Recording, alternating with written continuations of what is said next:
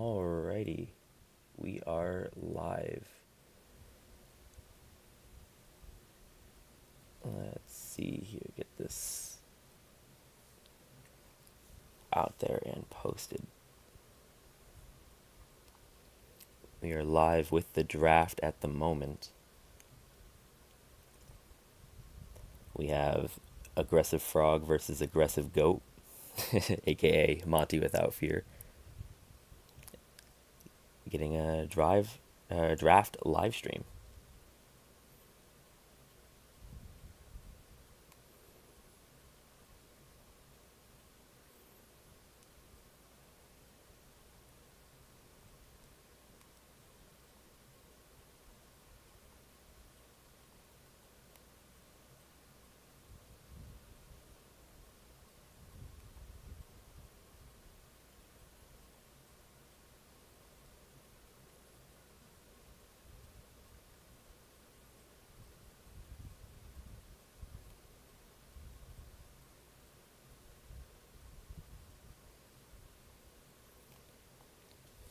Alrighty, quickly going through this draft with the bands here. Monty is leader, and aggressive frog here is follower. So it looks like we have Raph being banned by Monty, Houdini banned by Frog, and Rex banned by Monty is the second. And now we see Medusa banned by Frog.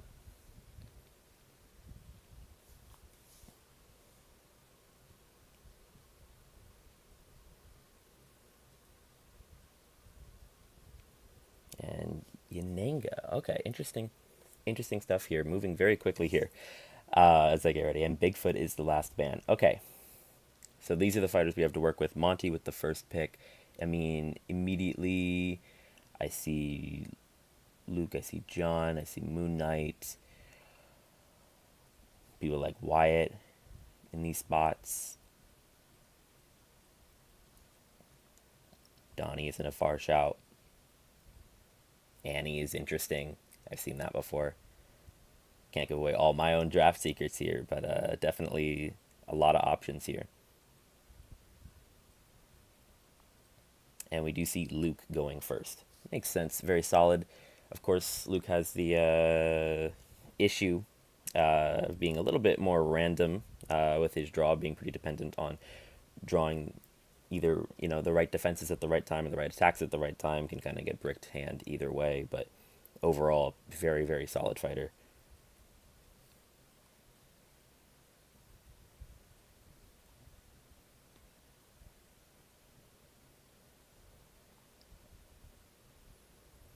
Let's see what Frog goes with here. I mean, you get two picks here. I like John a lot in this spot. And if you want things to do well into Luke, I mean, there are options here. Moon Knight, of course, great classic match. I believe Annie has game for sure. There's options here. Definitely wouldn't go Robin Hood. um,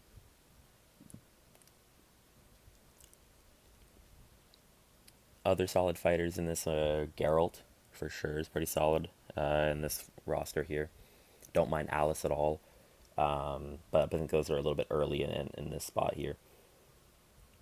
So to me, I'd be looking at something like John Moon Knight potentially. We'll go Geralt, okay, and Loki. Interesting. Okay.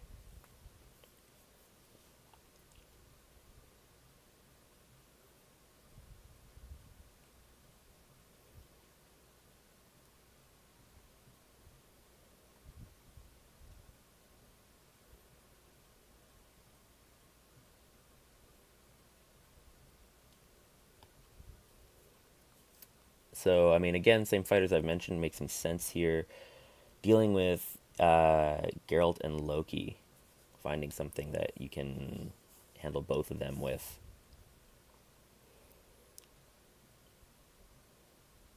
Mm, I do like Moon Knight here. Moon Knight seems to be a pretty solid option. Um, Definitely Definitely a lot of options here, honestly. I think you could go a lot of different directions. I think these picks, and in general in this drafting format, these are the picks I think the leaders, second and third pick, kind of define where the draft is going to go. I mean, of course, every pick matters, especially when you're only going to four fighters, but this is where things get interesting to me. Usually you kind of know what the first pick's going to be, or at least you know some options and you know what the followers follow ups are. Can I say that? Usually those things you kind of realize after the pre-draft bans, but here like the leader's second picks are when the real drafting kind of begins. It'd be interesting to see if either one of these players will go with some of the more low tiers. We've been seeing fighters that typically weren't really picked a lot in Winter of Champions or weren't available in Winter of Champions, but haven't been picked a lot in previous events, or just are generally not seen as the strongest fighters. Actually, having a bit of success here in this one. Notably, Rosie having quite a bit of success. Of course, she's new, but not seen as the most meta relevant fighter coming in. She's proving her own with a pretty solid win rate. I believe I've seen quite a few people picking Winter Soldier, Ali, Shakespeare, Jekyll. I just saw Dave pick both of those in this match against Aroy that we covered here. Definitely some options for characters who aren't usually very considered the meta. And I think part of that is due to this drafting format, right? Conquest or Banquest or whatever you want to call it. Getting to sort of play your fighters react to your opponent with the draft as opposed to Arsenal where you kind of have to assume your opponent's going to pick a certain way. In this format, you can sort of see, oh, this low tier fighter actually perfectly lines up into what my opponent has, so I'm going to pick them. And you can be a little bit more confident in that.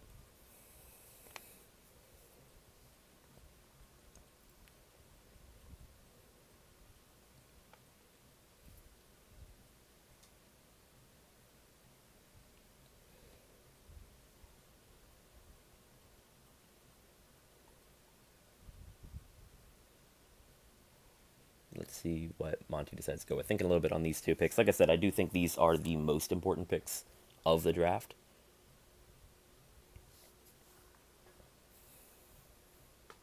Keep seeing his cursor hover over different fighters. I'm like, is he going to pick him?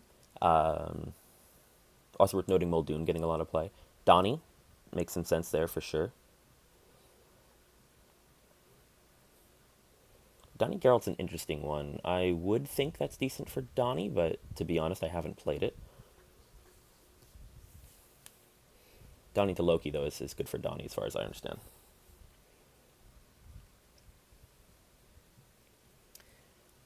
Yo, welcome Manny the dog, saying, let's go frog. Alright. Yeah, this should be a good match. Both these players, I've played against both of them. Very good fighters, very good players. Should be in for a good match here.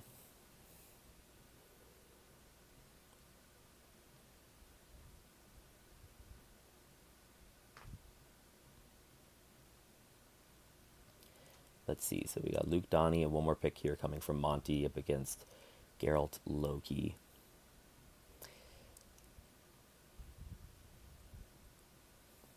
Yeah, I mean, I'm still looking at the trio fighters of Moon Knight, Annie, and John. Those to me stand out a lot. Wyatt as well, I think, stands out a little bit.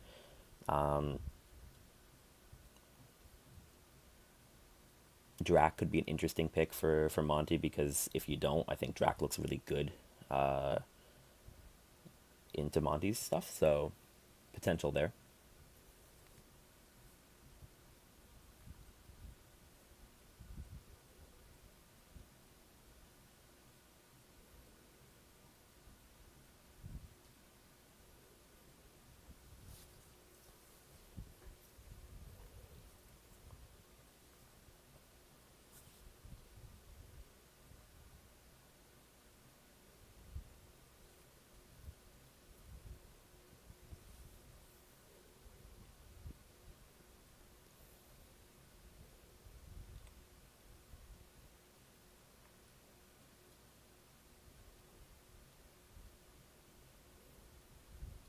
we have a pick? Just see Monty's cursor hovering over fighters like Annie, and then we do see Annie picked. Okay. Yeah, I think Annie is a solid pick there. It is interesting, and you can't really look at the draft like this, but it is interesting. Monty ends up picking Annie here in a draft where T Rex is a fighter he banned. And of course, Annie, very good into Rex. So, don't think it works like that really, but just a little interesting observation. All right, Frog's final two picks. Very important ones here. You know, three out of your opponent's four. You want to line up characters that do well into them without giving yourself too many weaknesses for the leader to pick a fighter that can counter all your guys, or three of them because they can just ban one of them. So you want to pick the guys you think are the most solid into those fighters that have maybe a little bit of range or add a little bit of range to your matchup spread.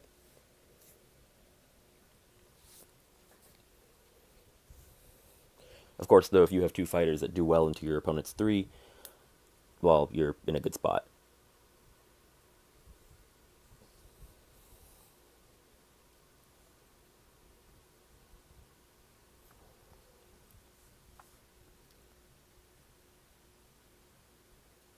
So yeah, Drac to me looks pretty interesting here.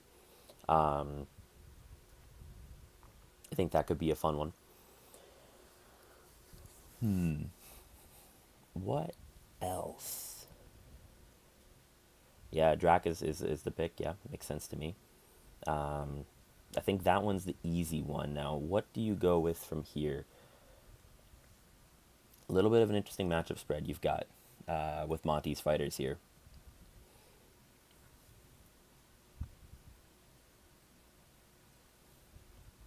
Gonna go InGen. Okay. I don't hate it. I don't hate it. I do think Donnie is decent to InGen.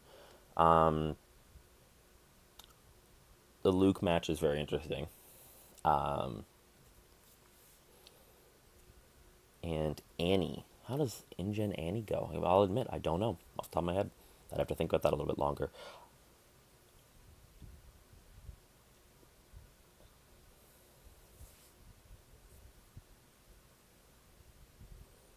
All right, Monty's final pick here. What can you line up into those? I mean, to me, honestly, John does look very nice. Moon Knight looks very nice. I said those both before. I would stand by it. To me, those are the two fighters I would be debating between.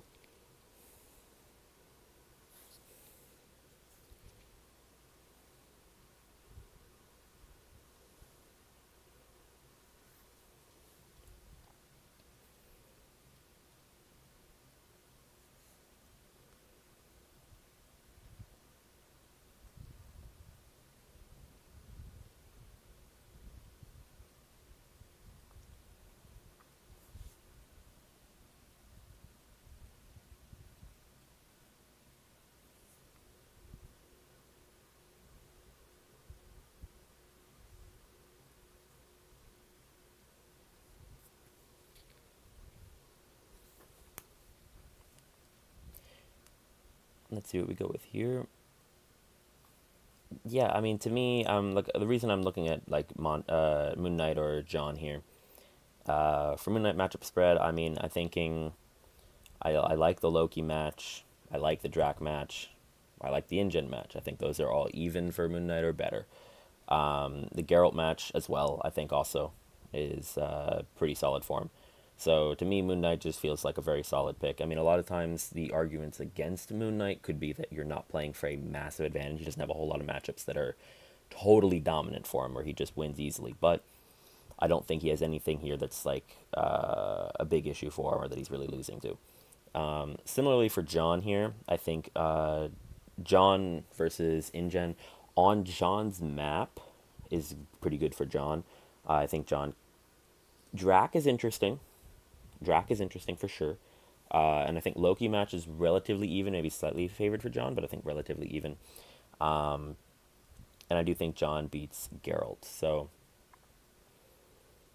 Although Geralt has a bit of play. I don't think it's super, super one sided, but I do think John has the edge. So that's why those two fighters stand out to me.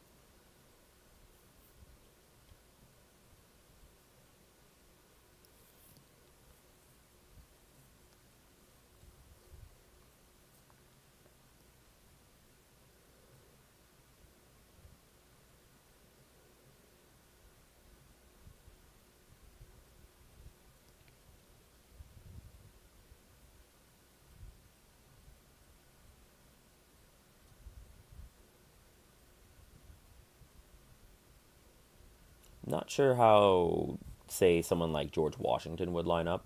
Um, could be interesting. It'd be very funny if we see no Stars and Stripes characters picked. Um, Very real possibility for that.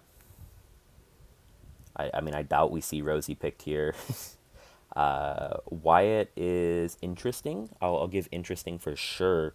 I wouldn't hate the Wyatt pick, but I would be a little bit hesitant for it. And the George pick, I just frankly don't know.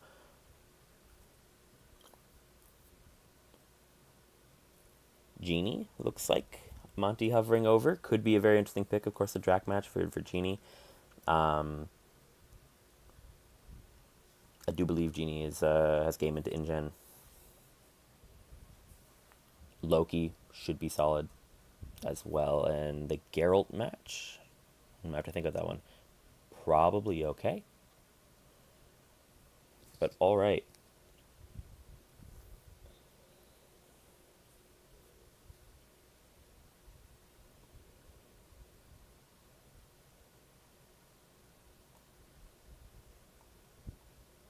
Let's see what we've got here.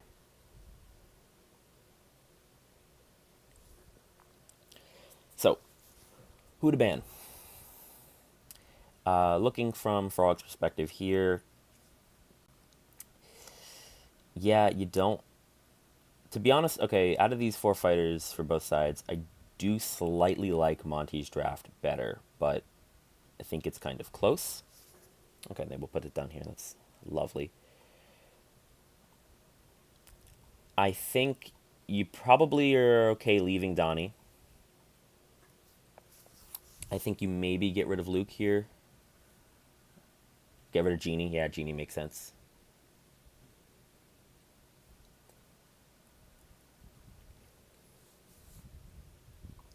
Yo, welcome, Exile. Go to stream? I hope so. Got the aggressive frog and the aggressive goat. Should be some banger matchups. Okay, Genie and Drac banned. Yeah, Drac. I was gonna say I should have said it first because that one I knew. Made a lot of sense. Monty banning Drac there felt pretty automatic. Even though Genie has some game into him, not really worth leaving him around. Now the interesting one here is self ban. I think as Monty, I want to keep Donnie. I think I probably want to keep Luke, so I think I self ban Annie personally. Meanwhile, looking at Frog, I do think this is interesting. I do think I want to keep Geralt. And the tough one between Loki and InGen for me. Exile saying self-ban Annie 100%. Yeah, that one to me feels pretty straightforward from Monty's side. The interesting one here is for Frog's side.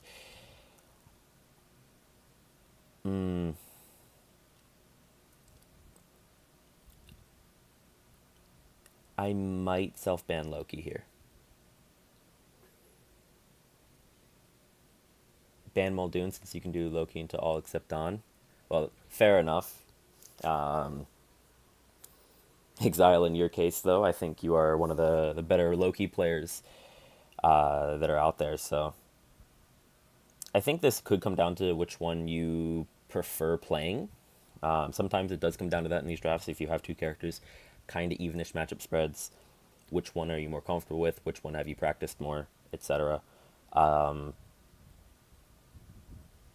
I do think it's between Loki and Muldoon, though. for Frog.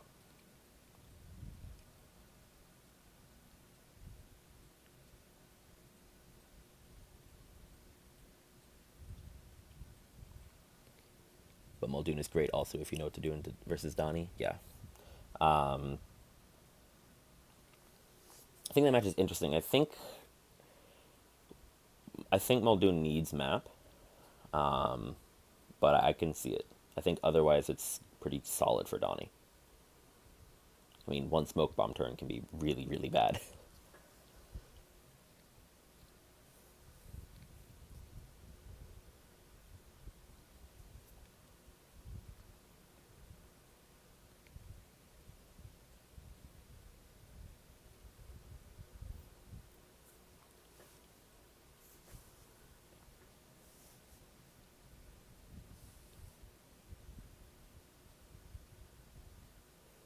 All right, let's see. Both players taking a minute to think on this one. Self bans always feel a little bit harder, in my opinion, than the opponent bans. Because the opponent bans, you're looking, ooh, what's scary to me? But your self bans, it's like sometimes you come down to these decisions of, well, who do I really want to play today? You know? And there are certainly mind games for both of them. Depending on what your opponent does, can make a big difference. But I think it has a little bit more impact on self ban, just because you're. I think sometimes they're a little bit less straightforward. I guess that's my take.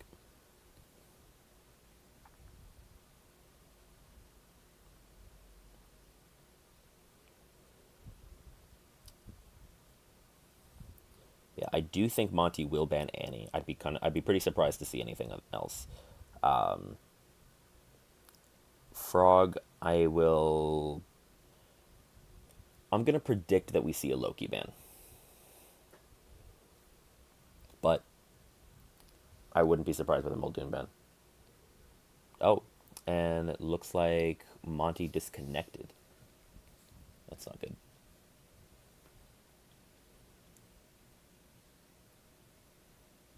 Exile saying I think Loki ban for Frog too. Yeah, I mean that's my prediction. We'll see if it comes true. And in that case, let's assume that's the case for the time being, while we wait for the players to make the decision. We would have Luke and Donnie up against Geralt and InGen. Game one, Frog's advantage. Probably you want to go InGen. I think he cares more about the advantage than Geralt. Um, yeah, Exile saying game one InGen with map. Yeah, that to me would be the logical pick. Occasionally you can come run to some like mind games there because if you have like a 50-50, but I do think that's just good. Um, and if you're Monty without map, probably gonna go Luke, but I don't think it's a huge decision either way. Okay, here we have self bans. Let's see what we got going on. We do see Loki and Annie. Boom. That is why you watch the stream. Called it. All right, no.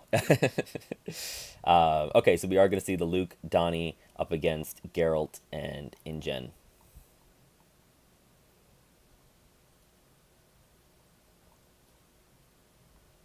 And yeah, I do think we'll see InGen here from game one for Frog. And I would think Luke for Monty here. I think Donnie, you want advantage more than Luke, especially into InGen, but just in general as well.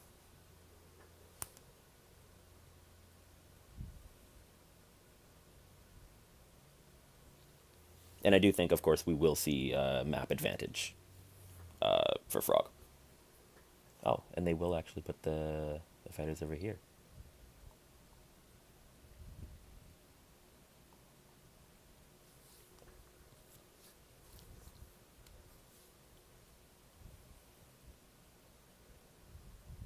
Boom. Again, that is why you tune in.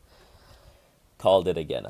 So I'm on a hot streak today. No, I think those are pretty straightforward ones. So, InGen, Luke, game one. Let's go. All right, and yeah, and I expect here map advantage for sure for InGen. So probably a couple bans here for Monty. Let's see. As Luke, what do you want to get rid of? Definitely a few options. The best range maps you really want to get rid of. Larger maps as well. I mean, immediately I'm thinking like some just spitballing. Soho, Bronze, Venice. Those ones all seem pretty scary to me. Particularly Soho and Venice because of the corridory nature in Gen, very hard to hit. But you could see a smaller map as well here if Injin, playing aggro to attack Luke a bunch. Probably the most dangerous of the move threes would be. I mean, I'm torn between either Sanctum or Santa's, but I would think Sanctum. Maps to not ban. Don't ban Herod. I think that's pretty good for Luke in this one. I wouldn't ban McMinnville either.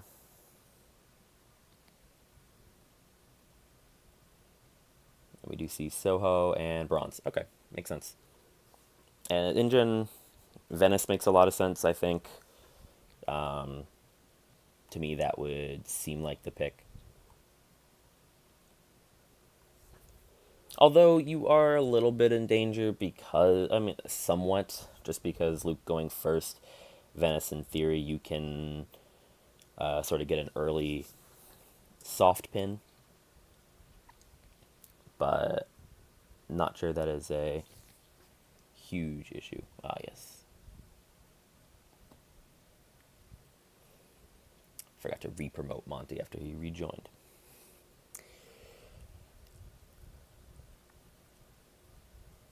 Yeah, no, I think you still go Venice regardless. I mean, maybe, again, if you want to go more of a smaller map to play like a very aggressive in-gen game, I could see something like Sanctum.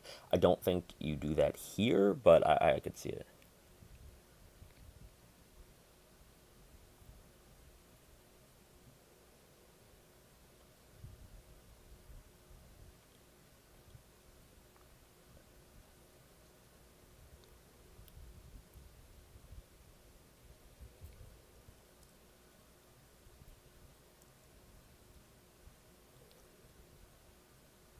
I haven't really thought about Alamo too much. I don't think that's the pick here, but it's also it's an interesting map. I don't think it's the pick here though. But I admit I completely didn't think about it.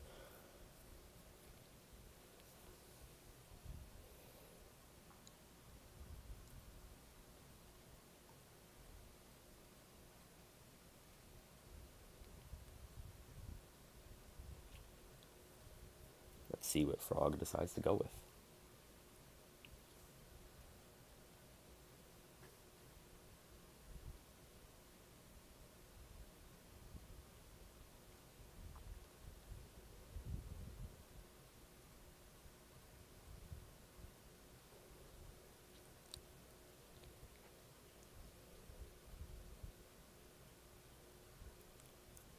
Cursor hovering over Hurat? I doubt that's the pick. Or at least I would be pretty surprised to see it.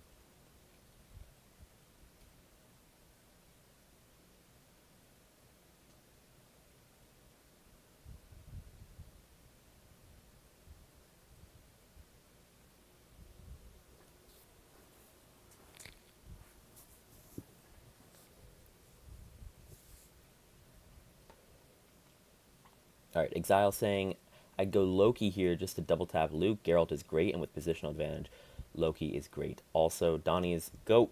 So he will win regardless here. Next game will be Don and Jenna move 5 again, probably. That's winnable. Very fair. Double tapping Luke, definitely reasonable. Yeah, Donnie is the GOAT though. Donnie is fantastic, dude. I need to play more Donnie. Donnie is great. I love this character. Okay, we will get an item map, and it won't be Sanctum. It will be Hell's Kitchen. I think, at least, halfway dragged over. Arutan saying, I believe this matchup decides who will win the series. Yeah, I could see that. Because let's say InGen wins here, then Geralt just has to get one win. Seems doable against Luke Donnie. Luke wins, Donnie just has to get one win. Yeah, either one with advantage. Yeah, seems good. Okay, yeah, Hell's Kitchen.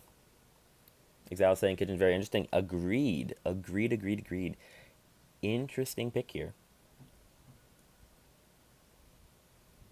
Certainly don't hate it.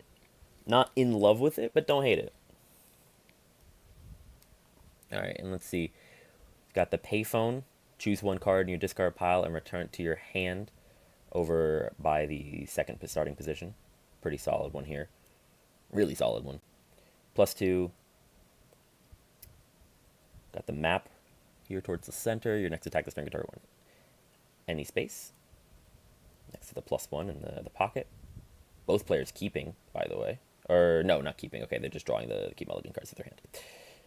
Okay, I've got the +2 down over here in the far right. And then we've got the first aid kit. Recover 2 health, draw 1 card. Right over by the 1 spot.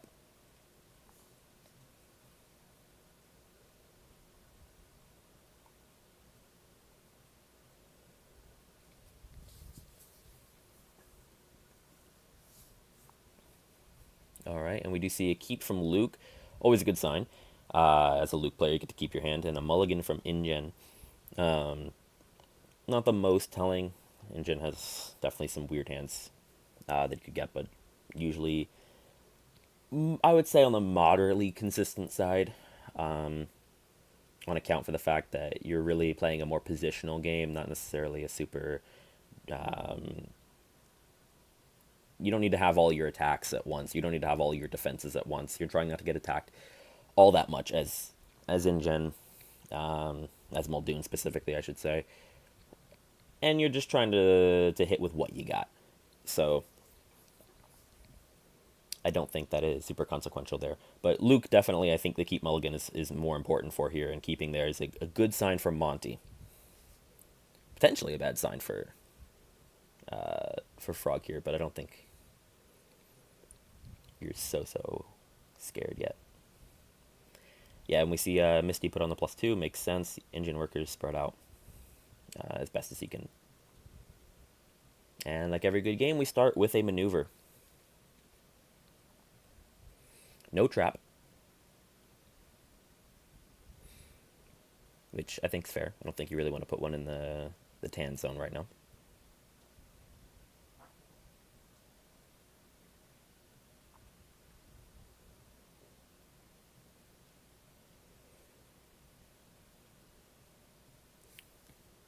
And I do wonder if InGen here will try to put, if Frog here will try to put one of his engine workers on the map token.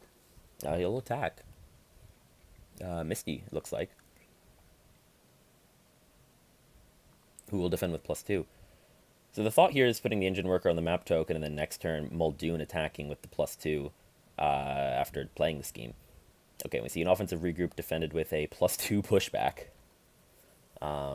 Value-wise, good for InGen.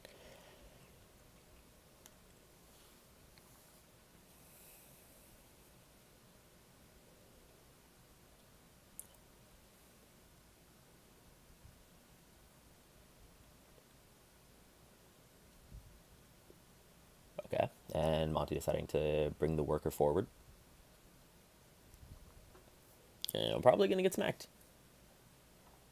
Oh, maybe thinking for a second, actually.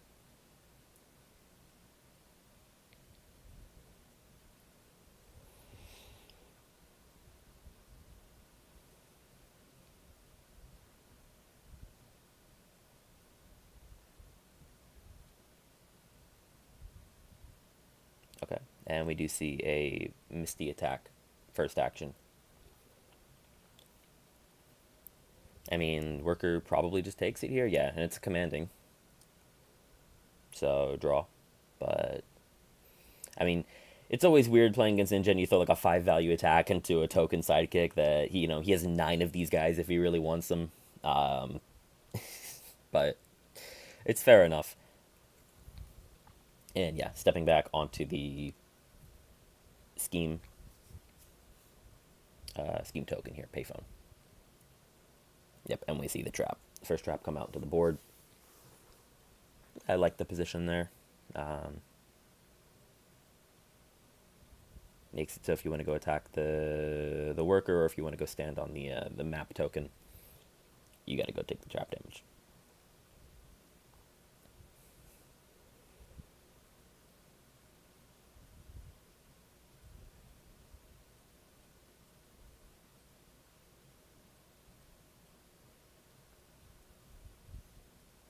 And this is probably worker attacking Misty, maybe Luke?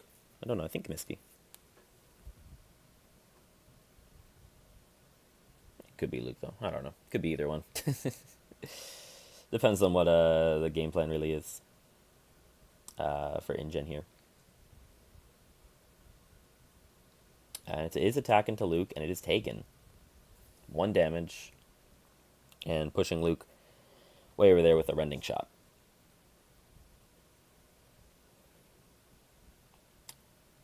I mean, I suppose as Monte, you didn't spend a card there, so you're not so upset, but I think InGen's very happy there. Luke, 13 health, no healing. I mean, technically healing on the board with the first aid kit token, but very nice for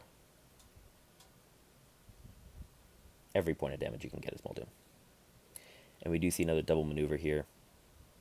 Keeping Luke in the purple zone, so out of range of a first action attack, and Misty just going to go stand guard at the token.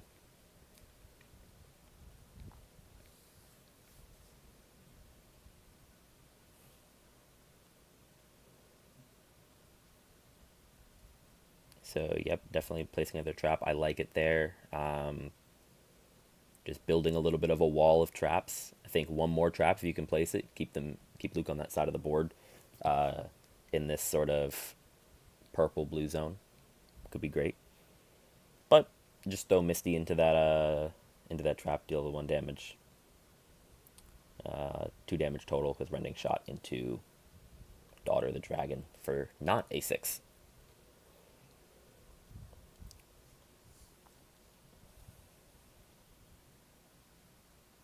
And it draws in general maneuver. Could have attacked Misty, but decides to go sit on the token instead.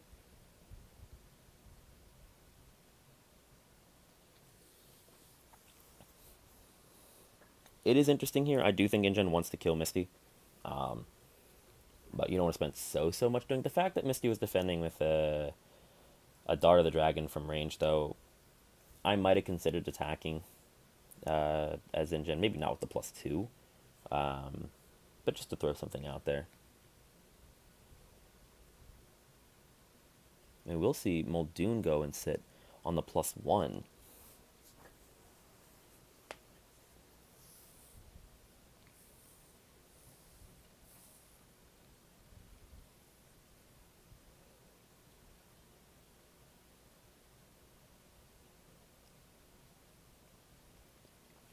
Monte positioning Luke next to an InGen worker, debating where to probably move Misty. Depends on what your plan with her is. Thing about Luke is it's hard to tell. You know, he could have a hand of all red right now or a hand of all blue. Ideally, you have some mix, but he does have that issue. And we'll see Luke attack the worker. Feint defense. Okay, into a hero for hire. So, does kill. I think overall, that's a win for Luke. Making InGen spend a defense on a worker that doesn't even keep him alive and feints nothing. You're not going to boost that ever. So, I mean, maybe you consider boosting if he defended with a 3 to kill the worker, but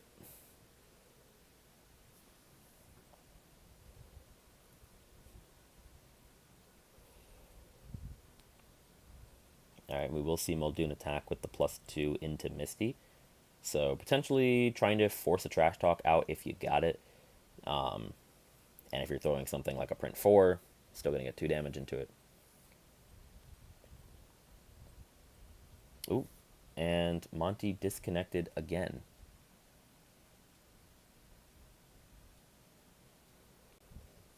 Having a little bit of connection issues on his end, I think.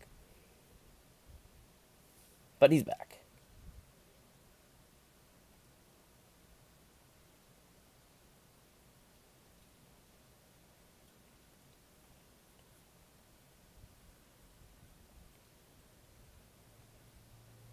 Appreciate Frog putting on the blindfold, taking it off there. All right, and that will kill Misty. Yeah. It is red 4 with the +2 into a blank Daughter of the Dragon.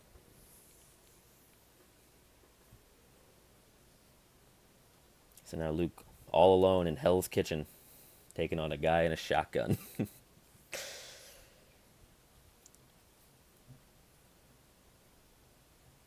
Yeah, double maneuver to the token.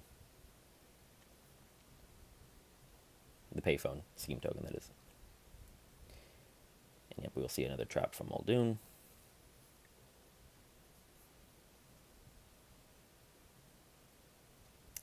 Interesting thing here, will Muldoon try to boost in to attack? Or will he play a scheme? Or will he overdraw?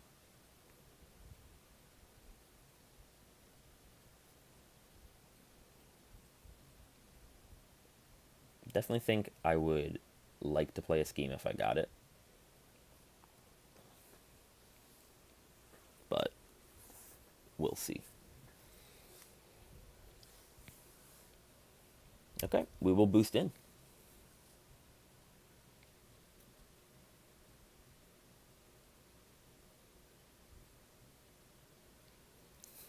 Exile saying it's funny how Luke's skin can be pierced by a shotgun here, but a pirate with 2 old pistols just obliterates him. That is very funny, yes. Blackbeard destroying Luke and InGen here having a little bit of tougher time. Ooh, but a 4 taken. Pretty good for InGen there. 2 more damage. Luke health starting to tick down a little bit.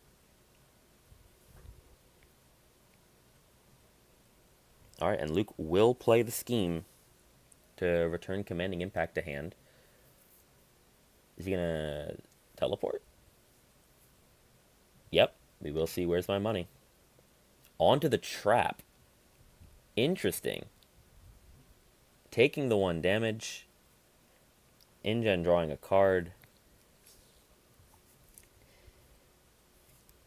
And now gonna attack Muldoon.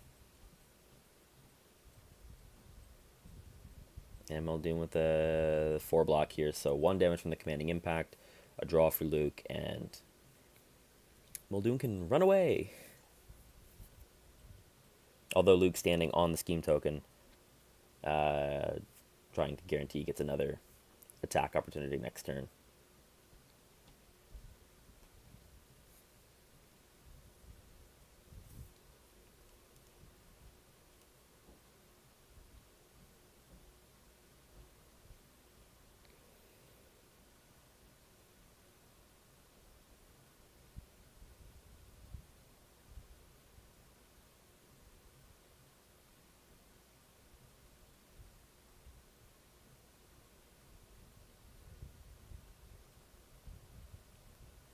Alright, putting the worker on the +1 token.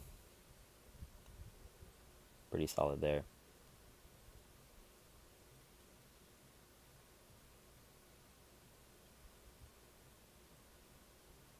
Looks like they're debating the positioning. Okay, maybe Frog wanted to move 1 more space.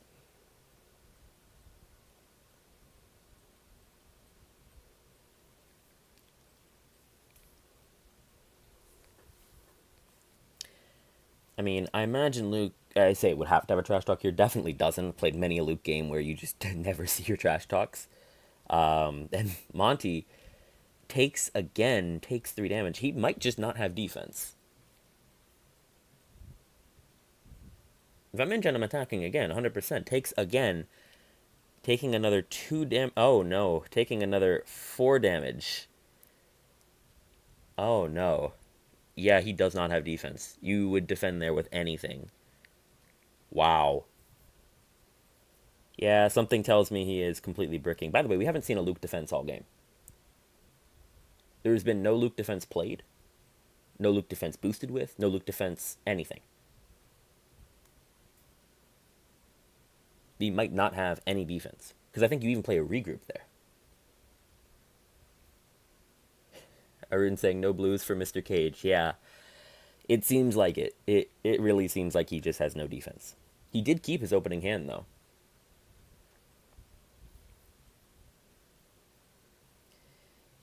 Yeah, Exile. To catch you up on the past few seconds, Muldoon double attacks with a shoot her 5 and a 6 value. Um, what do you? They should all be destroyed. Both of them taken, as Luke has no defense, very apparently,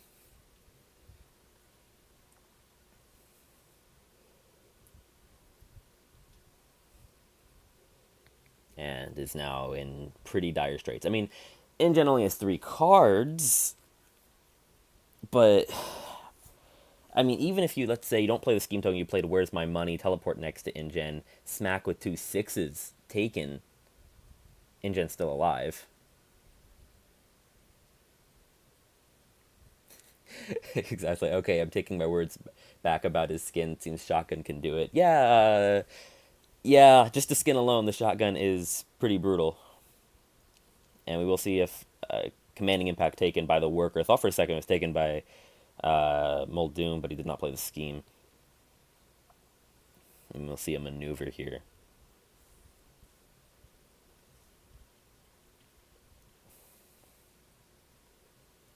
I mean, 2 cards drawn, and we'll see an overdraw discard of a Misty Defense.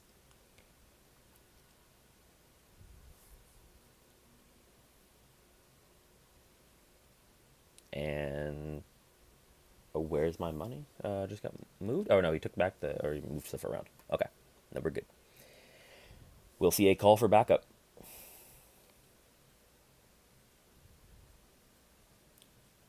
Urgent saying now Muldoon grabs the healing. 100%. Exile seems like agreeing. Yeah, no. Don't give any opportunity for Luke. Just take the healing. It's only it actually will heal you 1.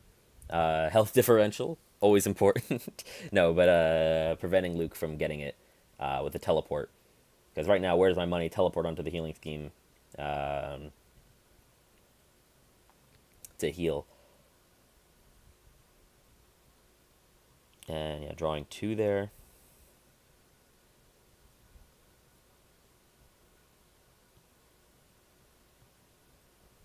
Does not put a worker on the token though. So it looks like Frog does not have any intentions of guarding the scheme by standing on it right now.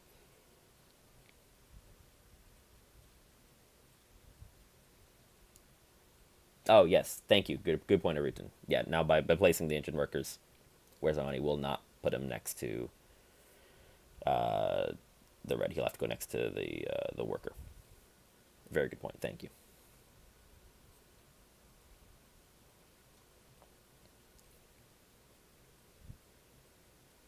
Monte is playing Luke. Yes, or I should say, aggressive goat is playing Luke. We see a Luke defense. It's a trash talk. He found one.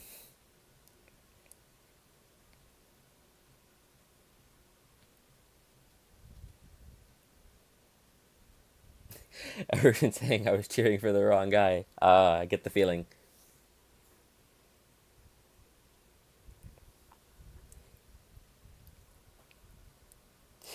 It's amazing. Go, go, go. Wait. No, no, no.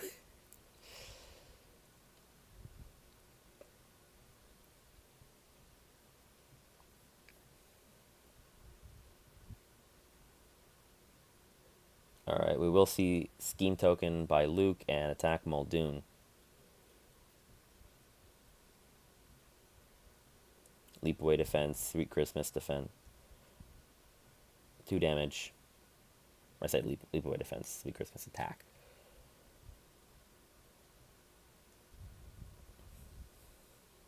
And a maneuver, and now you play the scheme. He just wanted to get full value out of it.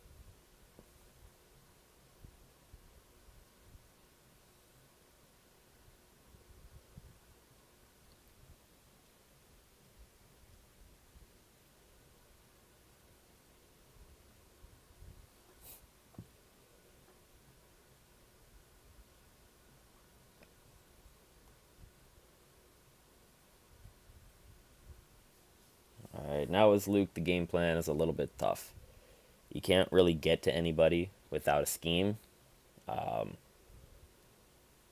So it's kind of a double maneuver turn. I mean, you could walk onto the trap at 2 HP. I wouldn't really recommend it. But in technicality, you could do it. He will walk onto the trap. Okay. Wow. That is bold. Walking onto the trap at 2 HP Luke to attack a worker. Maybe he borrowed one of the Doctor Strange's cards. Rings of Ragador? Okay, and that will be game. Leap away into still standing for the game. And let's pop over to the chat, see what the heck happened there.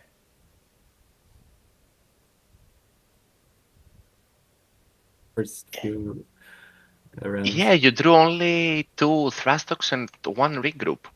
Yeah, That's really bad. yeah, never had anything. Yeah, it happens. Yeah, It's unlike, looking first. unlike. Yeah, Look gameplay. well played, well played. And that one really sucked. I wanted to get position there, but like couldn't give up the payphone. Yeah, Nice. you had to. Unfortunately, that scheme there was a dead giveaway for you. Mm. Yeah, GG's, well played. GG's. So game two, advantage. Alrighty. Yeah, as you guys heard, yeah, it seems like classic Luke is cursed, draws no defense. His deck is made entirely of reds, unless you want it to have attacks, in which case it's made entirely of blues. Alright, and on to game number 2. So we'll see Geralt from Frog here against Monte's somebody, and Monte with advantage. So either Luke or Donnie, whichever one you'd like to play with advantage more, the other one you'll have to go to Geralt's backyard to try to take a win if you're Monte. And as Frog here, we just need to find a win with Geralt.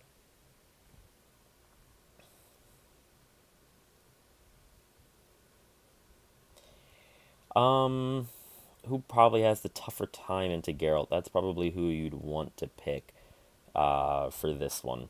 Maybe argument to be made as well, like who really prefers having advantage here.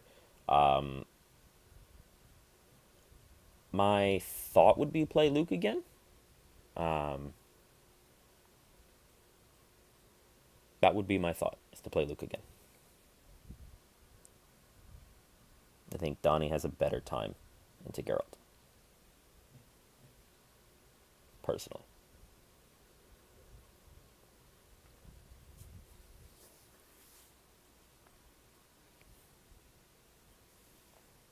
Urton saying both of Monty's fighters need map. Yeah, I do think that's true. That's the only tough bit.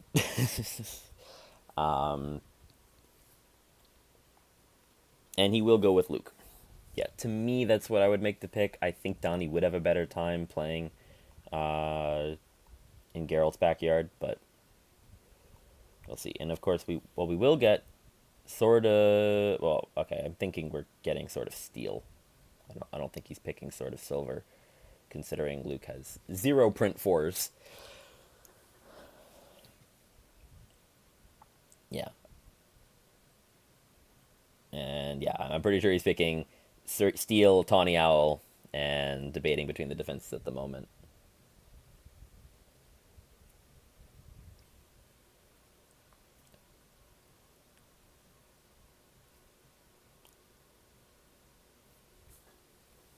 Urgent saying, I know Geralt is evenish into Donnie, but never played Geralt with his Luke. Yeah, I agree with the Geralt Donnie match. I think it's pretty even. I mean, on the one hand, Donnie can stop the combos pretty nicely. And Geralt doesn't really like being comboed so much himself. But on the other hand, you can't stop as Donnie the Rend. It's guaranteed. And Geralt does have quite a bit of damage. So, all in all, evenish is fair. Exile saying Geralt Luke is Geralt favored. Yes, I agree. I've played it twice, I want to say. So I'm not overly familiar with the match, but I do believe Garrett won both those games. I think in general it's pretty good for him. But Luke with advantage, opportunity here, and I do think it's not. I don't think either game is more than like 60-40, to be honest with you, if anything. In my opinion, they are both relatively close.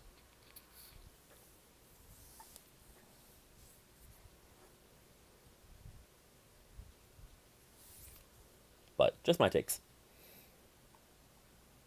Seems like Frog debating between which defense to keep, the Armor of the Wolf or the Wolf Medallion. I mean, to me, I'm pretty sure I'm going with the Medallion, but maybe there's an argument to be made for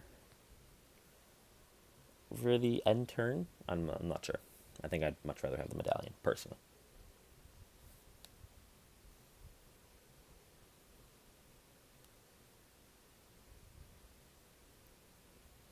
Yeah, exactly. I was saying Medallion 100%. I don't see the reason to go the other thing, but he is either debating between them or maybe taking a restroom break.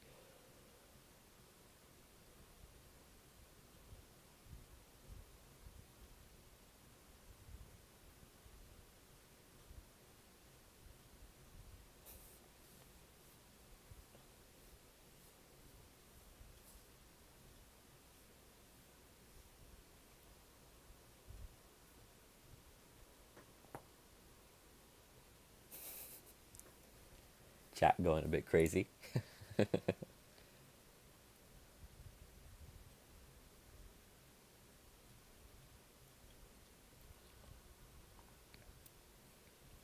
Love the discourse, the debate. Let's see. Yeah, I have a feeling the players are taking just a very quick break here before jumping into game two. Or we do see maps. Maybe they're debating maps. Okay, before Geralt decides on gear. I guess that is actually probably true. Okay, so we will see Venice chosen for Luke.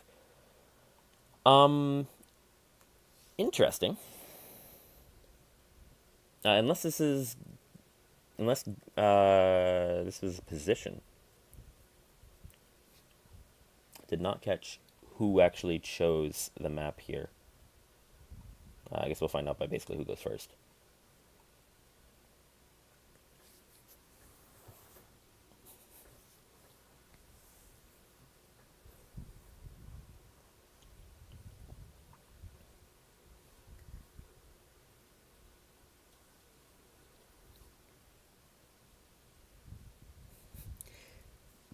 Erusin saying, I'm telling Monte how to draw defenses, give us a minute. Ah, yes. Can you teach me that as well, by the way? I would really like to know how to top deck better. Honestly, that's the one area of my game I really think I could improve a lot on.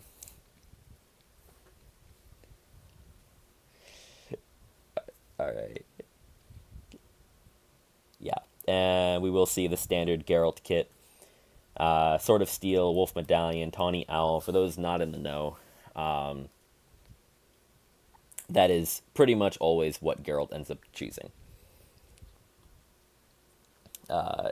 Probably about 80% of his matchups, Geralt tends to choose those. I don't know what the exact statistics are, to be honest, like in terms of what players are doing, but that is what I've seen. Hey, the dog saying hacks. Arutin, I wish I knew that myself. Ha. You can teach it, but you can't know it yourself. A tragedy, really. Alright, and yeah, we will see Geralt going first here, so Luke did choose map in all likelihood.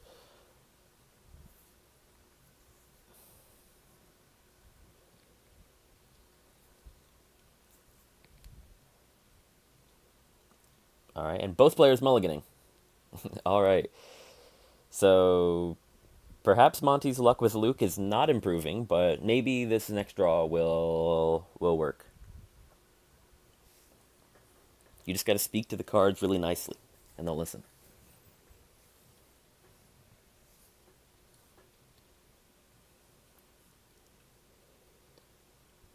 Like any Geralt game, I imagine Luke here just wants to kill Dandelion as fast as possible. The poor bard is very, very useful, and only has 6 cards in the deck. Interesting combination, by the way. Usually, you determine psychic, usefulness. They have a lot of cards that they can play. Dandelion's case, he just has really strong cards, and really, he's got 3 really strong cards, or 1 copy, or 1 unique card, 3 copies. There we go. I got myself to it. Plot twist: look at your hand, rip out a card, and draw 1 card back. Pretty nice. Pretty nice for Geralt.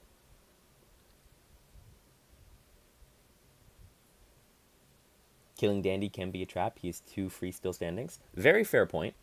Very, very good point, actually. You do get the free still standings. He cannot cancel, and he can only block for a 3. So maybe you do delay it. But is it worth 3 chosen discards? I mean, if you're getting the 2 still standings, so you are getting guaranteed cards back. If you're going to assume you don't get them off onto Geralt very often, if ever, Geralt has a lot of good defenses into that. Usually is able to block for a 4. So there could be value there, yeah. Good point.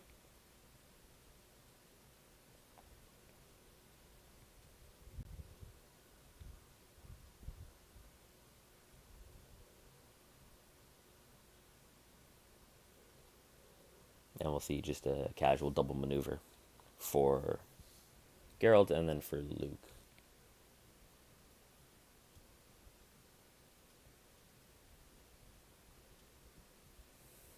Exile saying, I say focus Geralt here.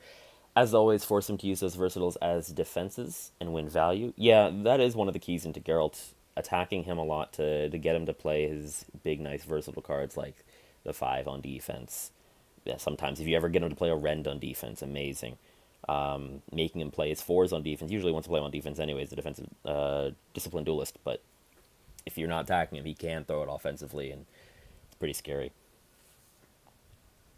Alright, and we do see Witcher Senses. See what we pull out here. Okay, we pull out a sword.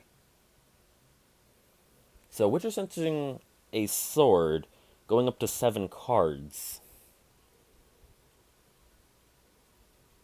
And then what, maneuvering? Yeah, maneuvering. Okay. So backing all the way off and gonna overdraw a discard here. But you have a sword in hand. Interesting. Not sure I love the play, but I mean, you're getting rid of a crap card in this case, Yurden. And not totally crap, I guess. It's a 2 versatile, so not the greatest value, but can get you away from a combo. All right, we have Luke boosting in with a regroup. The best card in the game. Certainly not a crap card. As we've recently seen in Winter Champions finals, by the way, or semifinals, the regroup brothers made excellent use of regroup.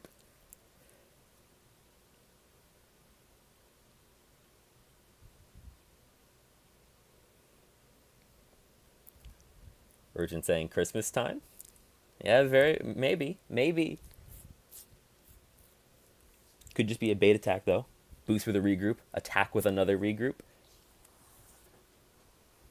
Laugh when your opponent plays defensive duelist and gets nothing.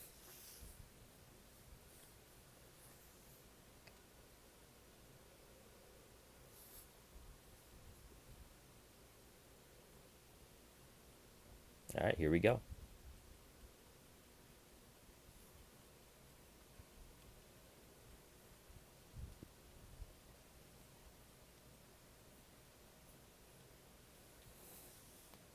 Alright, so I called the defense, and Arutan called the attack Christmas into Duelist, 2 damage.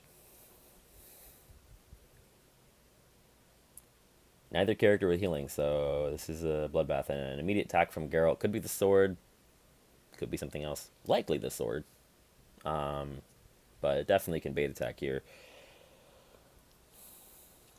Most of Luke's defenses, if he does play defense, are solid enough into it. Trash Talk, of course, shuts it down completely. Power Man kind of shuts it down because you take no damage. You push Geralt away, you deal him and Dandelion a damage. And even though he gains actions, he's got to chase you. Okay, and we do see Trash Talk played defensively, but Igni played offensively.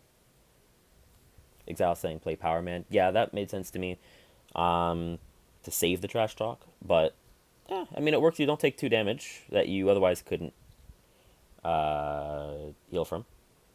And we'll see another Sweet Christmas, this time defended with a 5. So 1 damage towards Geralt. And looks like Luke will attack again. And it's a commanding impact into a 5, so no damage there and a draw. Luke is winning interactions 100%. Yeah, you're not dealing much damage. That's not the point, as Exile was mentioning. You need to get rid of those defenses. 2 Damn Your Ugly's gone. Very, very nice for Luke. And as Geralt, I do think, yeah, he's maneuvering forced to back off a little bit.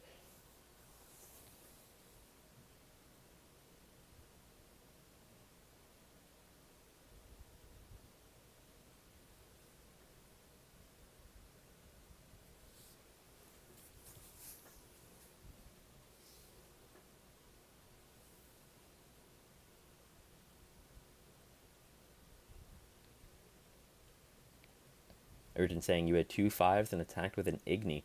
Interesting point there, because yeah, if you attack with a Damn You're Ugly, the cancel, yeah, it cancels nothing, and you also don't even end the turn because you deal the damage. So you guaranteed get a second attack. You could raid out the Trash Talk and attack again. But then you wouldn't have them on defense for the follow-up if things don't go your way.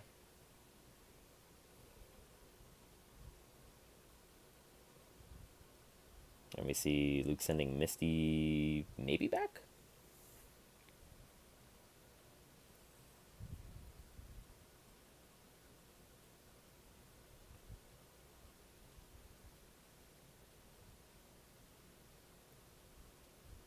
And double maneuver here from Luke. So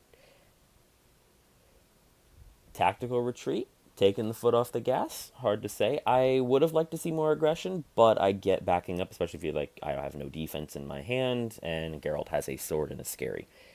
And if you don't have anything good to attack with, I mean, you threw 2 Sweet Christmases. You don't have any other big 6s. You got some 5s, of course, and you got boostables, so you could make a 6, but yeah, fair enough from Luke. Although going far enough away that he will have to boost in if he wants to go smack Geralt again. Which I think you do. You just kind of hope you have a Trash Talk as Luke. You could also play Where's My Money? Maybe that's what Monte here is debating. If you have that, just playing it will put you next to Geralt.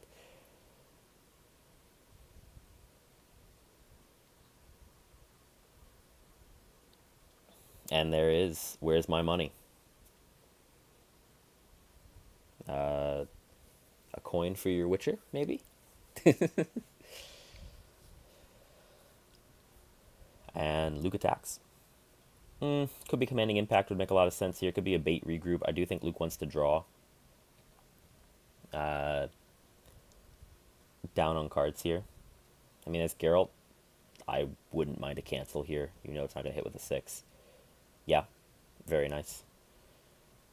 So canceled here for hire and a maneuver.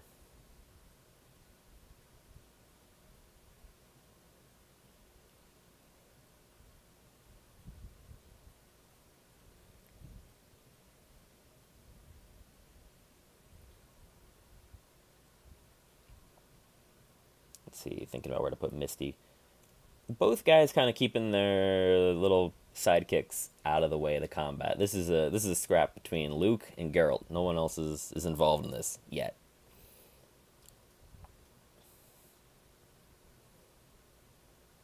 And Geralt taking center stage. Definitely attacking Luke next action. Debate will yet again come whether it's the sword or if it's something else. We will see a Power Man into the sword. So smart from Frog there, keeping Dandelion out of the way of Power Man. You can push Geralt 3 spaces, so you can't end him on Dandelion, so can't deal the damage to Dandy, but Geralt will take 1 and be pushed out of the way.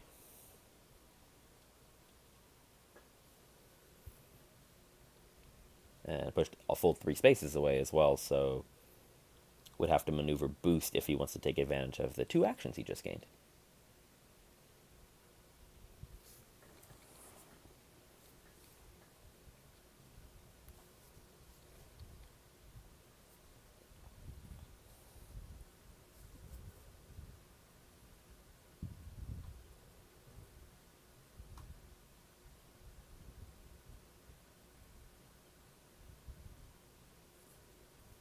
And we will see a boost with Jurgen. Of course, nice thing is with Geralt, all his boost values 2 or higher, so anything if he ever decides to boost, he's move 4 minimum, and possibly move 6 if he moves with a Damn You're Ugly. Although boosting with Damn You're Ugly for movement is a little bit suspect. And let's see, Geralt attacking again in all likelihood here. Could be the other sword, could be another Igni, could just be a random bait attack with like a riposte. Could be a rend as well.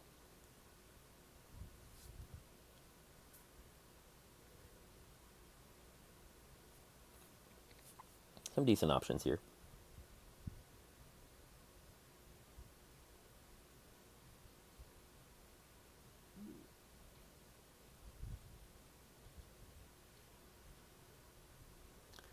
Monte thinking about this here makes me think he might have a trash talk and is debating whether to play it. Okay, takes it. It's a rend.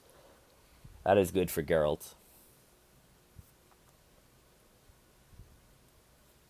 See what we get a boost with. Probably not another Damn You're Ugly. I mean, that would be the 3rd one we've seen. But plenty of boost 3s. It is a Damn You're Ugly. Okay. So that is... Yeah, that's a 7 value attack. Going quote-unquote undefended by Luke. I mean, obviously his natural 2 defense, so 5 damage. But that is a big win for Geralt, for sure. And a tough one for Monte, honestly. Especially if he did have a defense in hand and chose not to, because that's a tough mind game. Also tough if he didn't have a defense, because that would be the 2nd straight game with poor defense luck.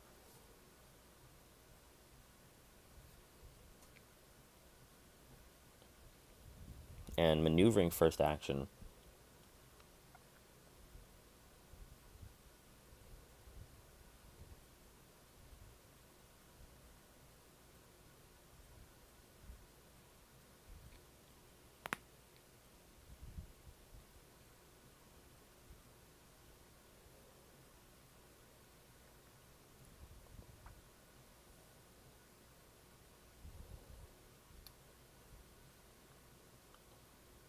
Debating where to put everybody. And maneuvering again. Sending Misty to the yellow zone, and Luke himself running over near Dandelion to the pocket. 3 spaces away from Geralt. Dandelion could just maneuver in an attack, but that would be interesting to say the least.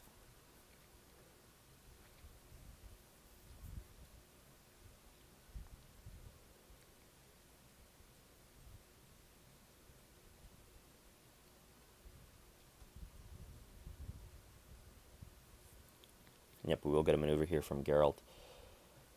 Keeping Dandelion out of the fray.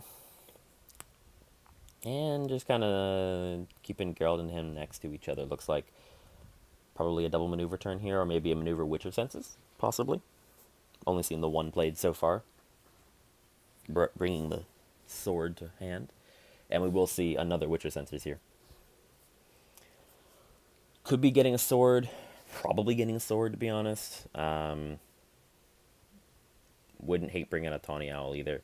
I mean, anything is good. I mean, that's kind of the point of Geralt's gear. They are your good cards. Yeah, there's a Tawny Owl. Makes sense. Oh, Casually revealing that he does not have an annoying tune. He doesn't have all three annoying tunes in hand. Three? Two? I don't know. I think it's three.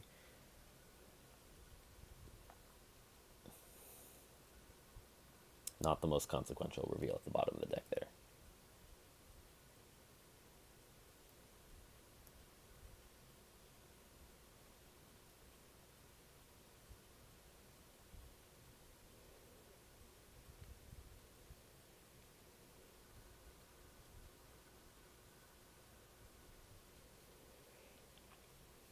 Luke maneuvering, probably boosting in. 7 cards here.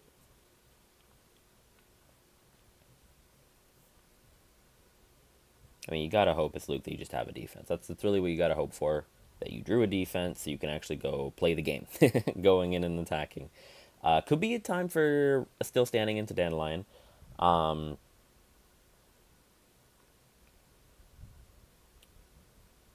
it is very interesting, actually, still standing into. Yeah, Everton saying still standing can take back trash talk. It is very interesting, still standing into Dandelion's plot twist, because the discard happens first, and then Luke can choose to return the card you discarded uh, with the still standing. So, kind of cool interaction there.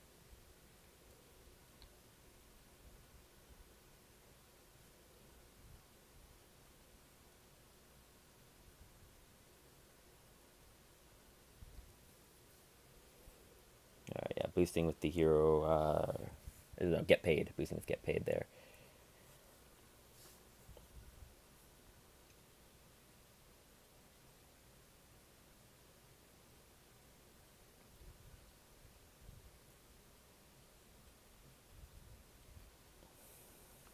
And Misty attacking Dandelion. Yeah, it's still standing into a plot twist. Okay.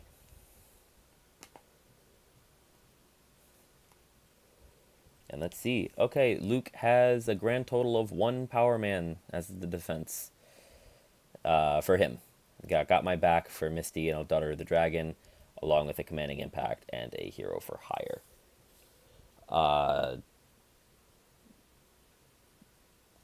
That could be really nasty for Luke. If Geralt has the right cards, this could be GG's. Ooh, interesting.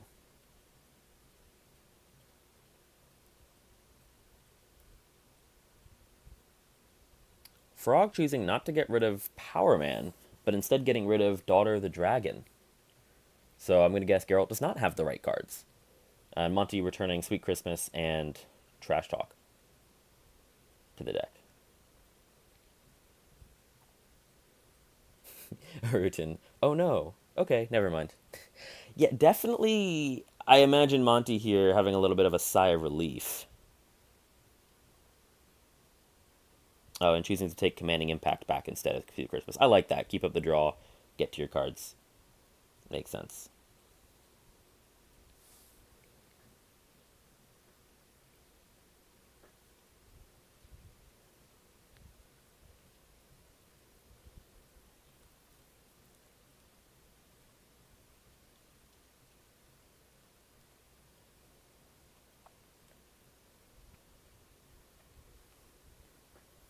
And maybe Geralt just gonna go here to kill Misty.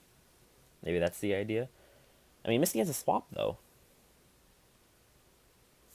and I believe that swap is optional too. Yeah, may swap spaces, so it's not like you're trying to bait Misty into playing it. All right, we will see Tawny Owl. I'm just shocked that that Geralt here and Frog didn't get rid of Power Man and go after Luke with this. Even if you don't have the perfect combo in hand, as long as you can get to him, yeah, you play the Tawny Owl that we knew he had to draw it. Very interesting, in my opinion.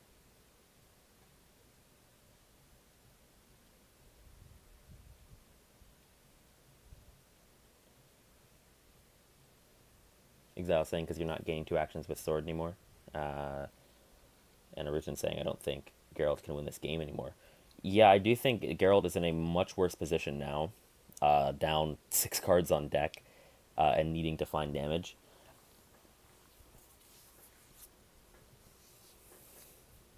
It's very interesting.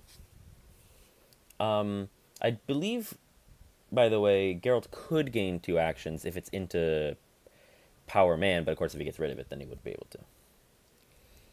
Alright, so Rend into the swap. I think if you're Luke, you just let Misty die. Let her take the hit. And spending the Rend on Misty, yeah, that is... I mean, that's a 6, and Misty's still alive at 1. So not killing Misty and spending a Rend, that's a lot of commitment into Misty, who's still kicking. And could throw a commanding impact right back at Geralt, by the way. Probably won't do that, yeah, maneuver, but still could. You're saying, and now Misty to 5. Yeah, I mean, the thought crossed my mind as well. I think Luke, though, doesn't have to be aggressive, can just kind of play chill at this point. I mean, you're up quite a lot of cards in deck. You really want to draw cards, so you don't want to really actually risk 5 getting canceled, funny enough. I mean, 2 damage is 2 damage, but no need.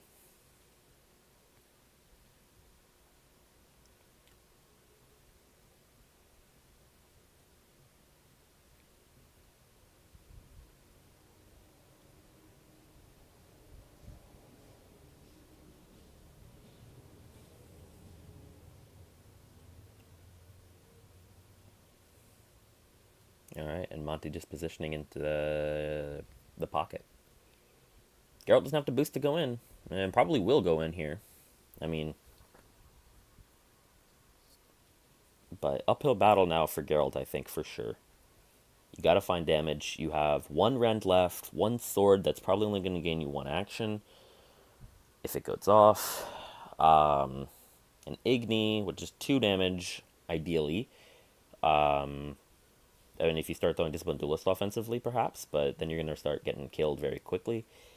Tough spot for Geralt. No 5s left is pretty big. Still 2 plot twists, but... And that could set up a potential lethal.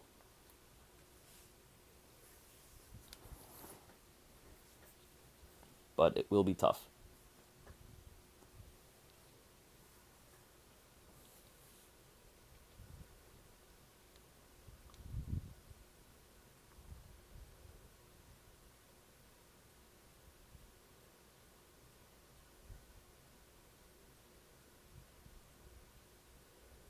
And yeah, Geralt attacking Luke here.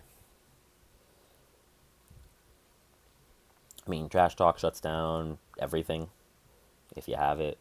You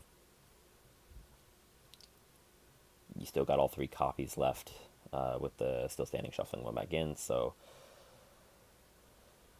I wouldn't mind playing it whatsoever here as Luke. Even if it's a bait attack, you're kind of like, so what? Smack back with a potential like commanding impact.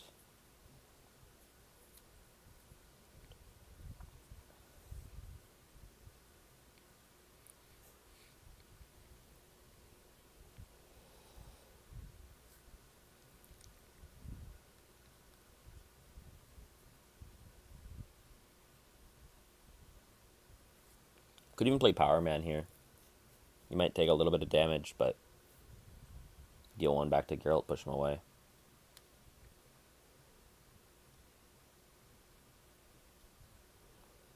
A lot of options here, and we will see the Trash Talk come out into the Rend. So good call from Monte, and an unfortunate one for Frog, who now has no Rends left, no Uglies left. Your only damage is kinda Igni. The sword, maybe? Maybe? That's a hard maybe. And Disciplined Duelists, maybe. And Luke will smack back. And it's a commanding impact into a riposte. So yeah, you get the 1 damage on Luke, so you do have that. You do have potentially 2 out of there, but you're taking 3. Less than ideal, I think, for Geralt. And now Luke at 7 HP, so the sword definitely cannot gain more than one action. If Luke has another Trash Talk in hand, and something else like another Commanding Impact, I would not mind another attack here. Just punch Geralt in the mouth. But you can also run away. You're winning this game in exhaustion for sure at this point. Especially with another guaranteed still standing into Dandelion. At least one more guaranteed still standing into Dandelion, by the way. Because if he does defend, he'll live, and you could play a third one.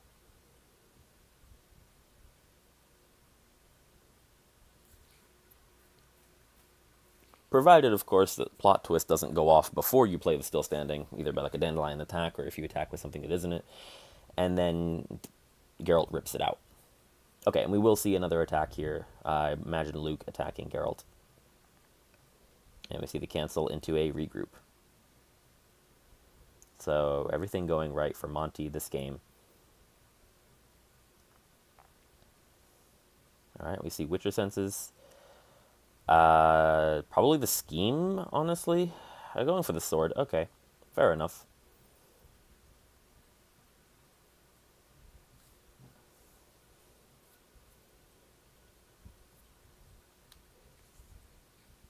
Yeah, and an attack. And we'll see a Power Man defense into the sword. So no damage to Luke. 1 damage will go back towards Geralt, and Geralt will gain an action, but will be pushed away. And so they have 1 more action to think about what he's done. No. Be pushed over to the corner. Maybe Monte thinking about where to actually put him.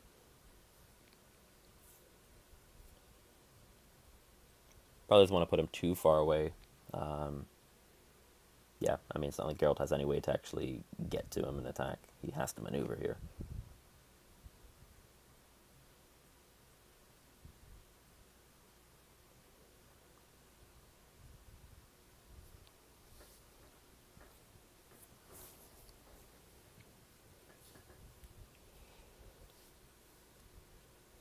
Probably a double maneuver here turn for Monte. I mean, we know one of the cards in his hand is the Hero for Hire, which isn't a defense.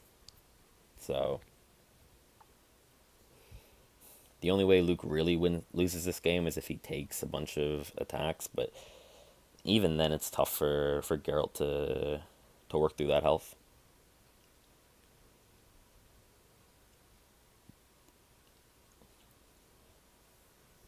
We will see a boost.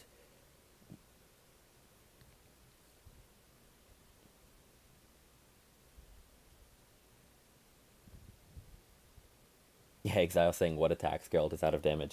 Yeah, I mean, yeah, that's a very real problem.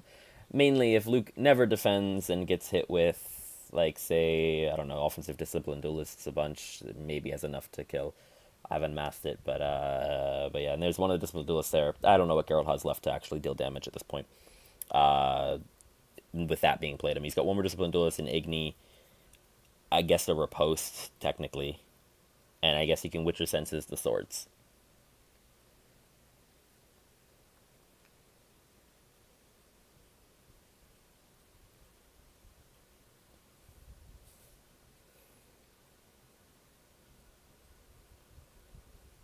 Alright, we see Dandelion attacking Misty from range. Plot twist to rip out still standing, perhaps?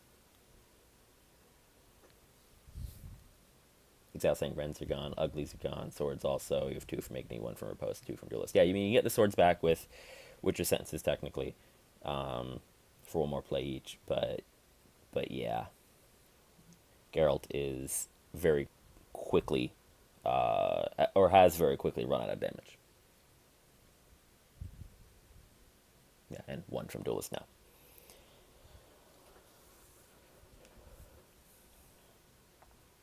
So Monte thinking about defending here.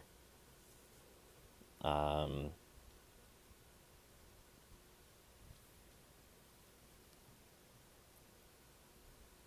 do think this is an offensive plot twist. As a, you know, sort of a last-ditch effort to get rid of a still standing. The problem is I don't think that matters even. I mean, it's bad for Luke potentially, but Luke only has 2 cards in hand. He very likely doesn't even have it. But even if he did, and you do get rid of it, Luke is still up 4 cards in exhaustion, and you still have no damage. And so yeah, we will see pushback into a plot twist. So Luke will discard the Hero for Hire, which is the other card in his hand. We know it.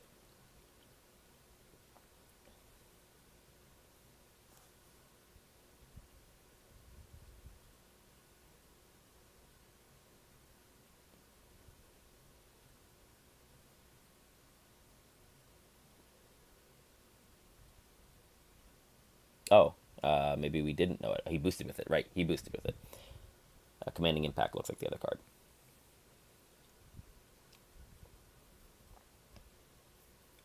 Just forgot to Frog forgot to remove the card from his hand knowledge.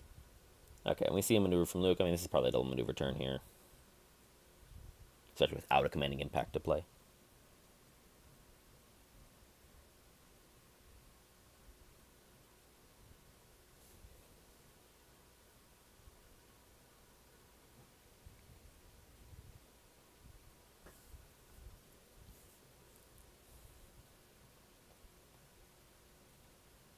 Yeah, as Luke, you just chill. No need to go in, no need to go anywhere. You just probably just go to the pocket here, put Misty somewhere, and chill.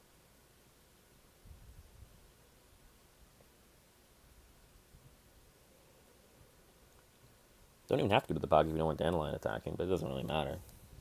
Dandelion could attack Misty anyways, same difference.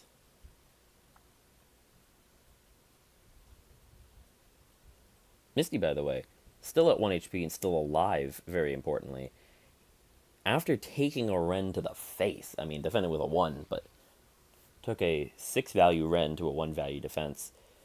All that damage soaked into Misty, and she's still around and still useful for Luke.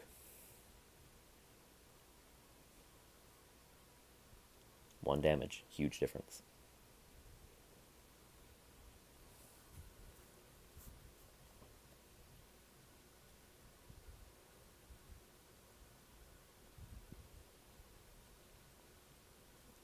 Alright, Luke does end 2 spaces away from Geralt, so Geralt can just maneuver in and attack if he wants to. The question is attacking with what?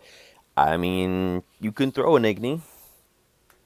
It probably will deal damage. I mean, of course, Luke could have drawn a Trash Talk and decide to play it, but I mean, you could throw an offensive defensive duelist, but then, as Exiles mentioned, like, what defense do you have left at that point? You pretty much only have duelist and riposte, and I think that is literally it. Again, unless you Witcher Senses cancel. And yeah, Geralt just starts to double maneuver. But as Luke, you have no incentive to go in. There is no reason to engage. Even health, better in deck, potential to even increase that deck differential with a still standing, and Geralt doesn't have the damage to actually even kill you. So this feels... I'm not going to call a game over until it's over, but this does feel like a very, very good spot to be in if you're Monte. I'm not sure what outs Geralt has to play for, to be honest.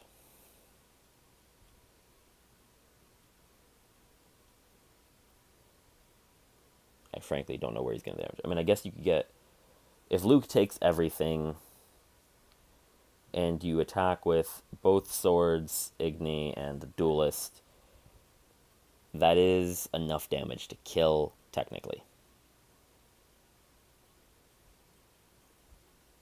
But that's a lot of things that have to go right. And Luke not drawing any defense, which at some point here, and maybe before that's even possible, will become mathematically impossible. He's got plenty of defenses actually left. A couple of Trash Talks still in there. A regroup defense, which is kind of funny. And he still has Skin like Titanium, which at least trades the health. Although if that goes into Igni, it's pretty good for Geralt. Alright, yeah, Misty attacking from range. This is... I don't know who she's attacking. Very likely a still standing. If that's the case, you just throw it into Dandelion anyways. And it is attacking into Dandelion. It is a plot twist. It is still standing. So Luke discards the other card in hand, which is a Misty Swap. And I mean, at this point, you don't even have to return another still standing. You don't have to go for that infinite loop. You can just return a Trash Talk and a 6 and call it a day.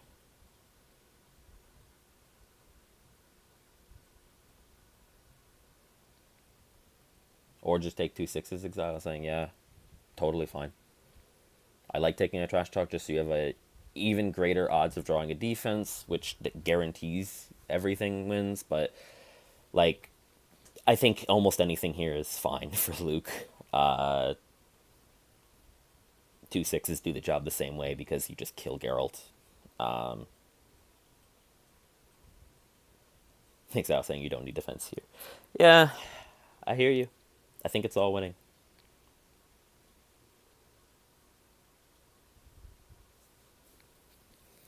I mean, you could return, I don't know, 2 Misty Swaps and you're probably still winning here.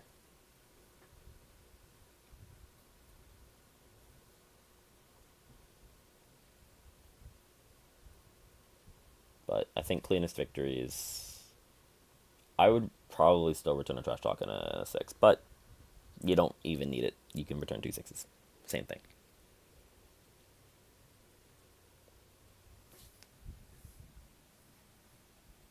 Oh, question from them. Not sure if I drew with the Dandy card. I don't know if chat, if you saw them draw. I did not notice.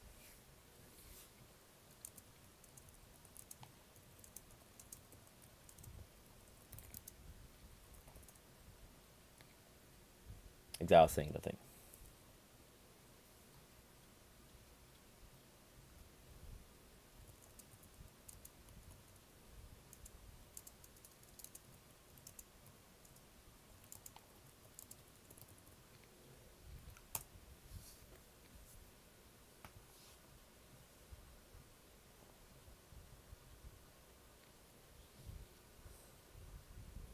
Alright, cool.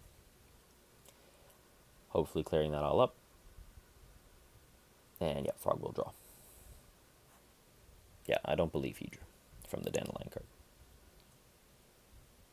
Exile reminded he didn't. Awesome, thank you. Thank you for confirming that.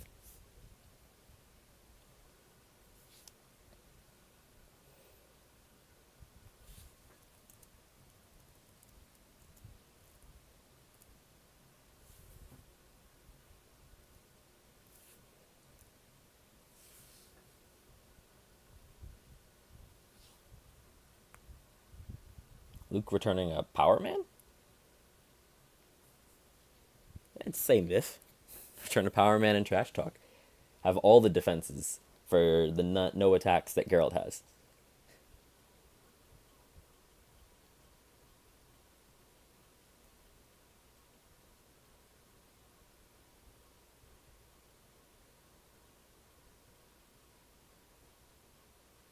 Yeah, Monte taking a 6 and something else. Putting back the Power Man.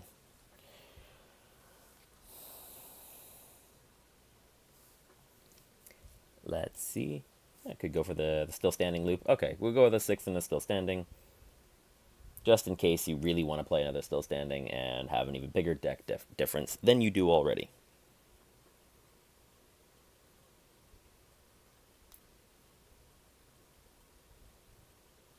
Exile saying you agree with that. Yeah.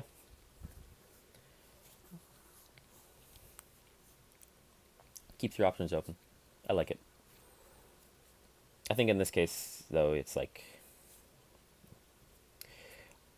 you kind of have to try to find a situation that is difficult. I mean, Dandelion will kill Misty there. That's good for Geralt. And then Witcher Senses from the deck as a pass, bringing out the Scheme, the only other gear card.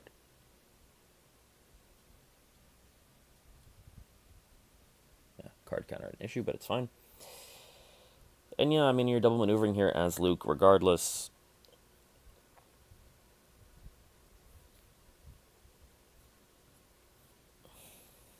And I mean, Dandelion has one more card in the annoying tune.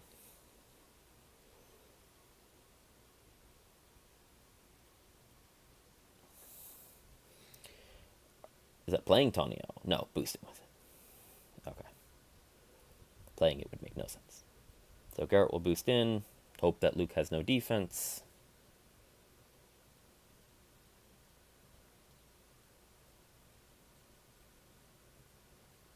Oh, yeah.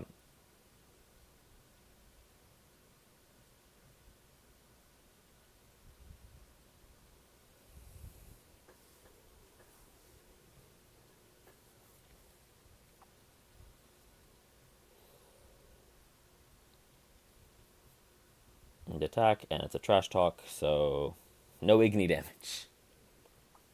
And now I think it's impossible for Geralt to win.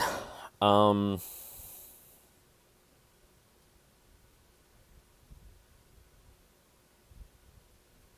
I'm not so sure how he would do that. Impossible is a strong word, but I personally do not see a way. Perhaps Frog will prove me wrong.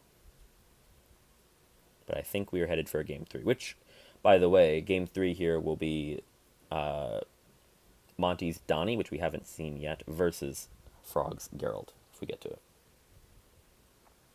Which should be a banger of a game. Alright, Luke attacks first action. Regroup into Yrden.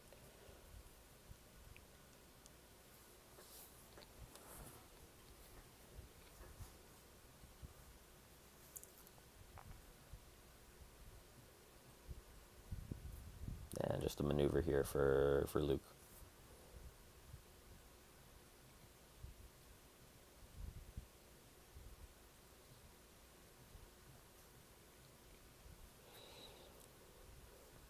I mean, Geralt does have 2 passes left with the Witcher senses. Can get back your swords for attacks. But,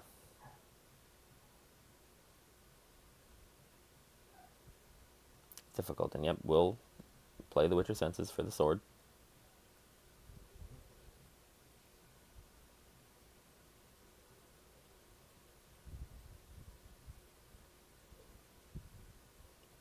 Yeah, if you're Luke, you just double maneuver here. I mean, if you draw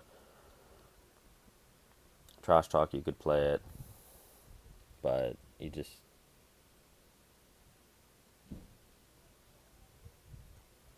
double sword into duelist and riposte wins if undefended. Yeah, that would be so. Yeah, that would be enough. It could happen if Luke doesn't. If last trash talks on the bottom, it could happen. I do think that is Luke's only real defense. I mean, you have skin, but well, there's a boost with a riposte, so not only will that not happen, but also Geralt doesn't have the other sword.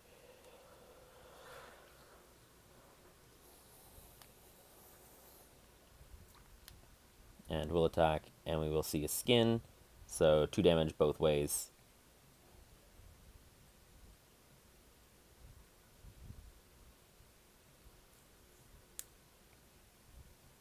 Exile asking attack with Dandy. Yeah, it could. You can put Dandy in attack from range, but perhaps that last Dandelion card, Annoying Tune, is on the bottom. Don't know. Luke will attack again. Defensive Duelist. 2 more damage towards Luke.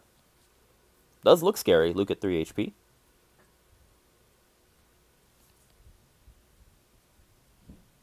But there's a get paid and another attack. And that is the game. Let's pop over there and hear what these guys have to say.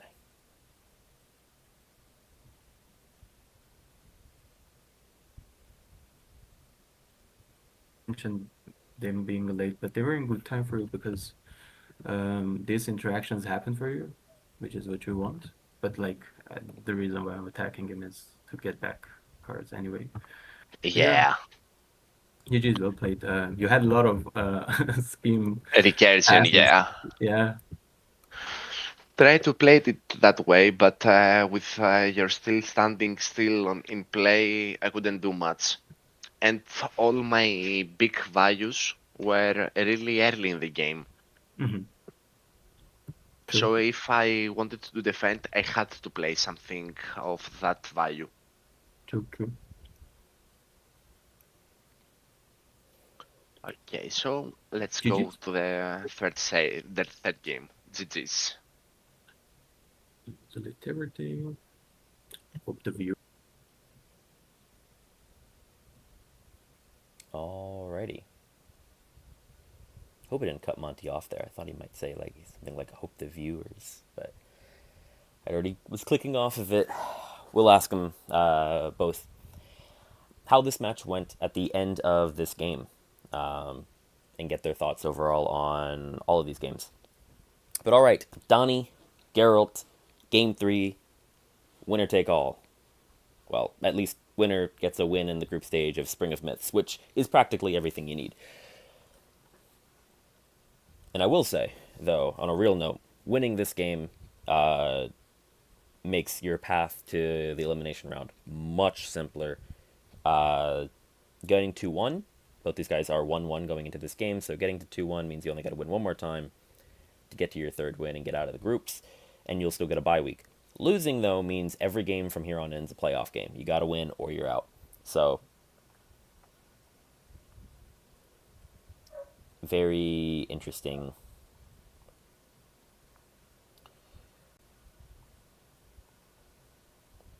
set of circumstances.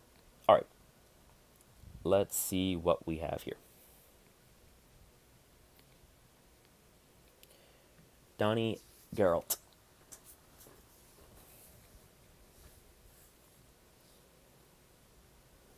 Rend can't be cancelled. It's going to be a big attack. But, same note, plot twist, can be cancelled very easily. Donnie can recycle after combat cancels that he's got a ton of. Alright, and we're going to bronze. So these were the bands, Sanctum and White House. Or, no. They put bronze back. I thought those were the bands for last one. So that would make sense.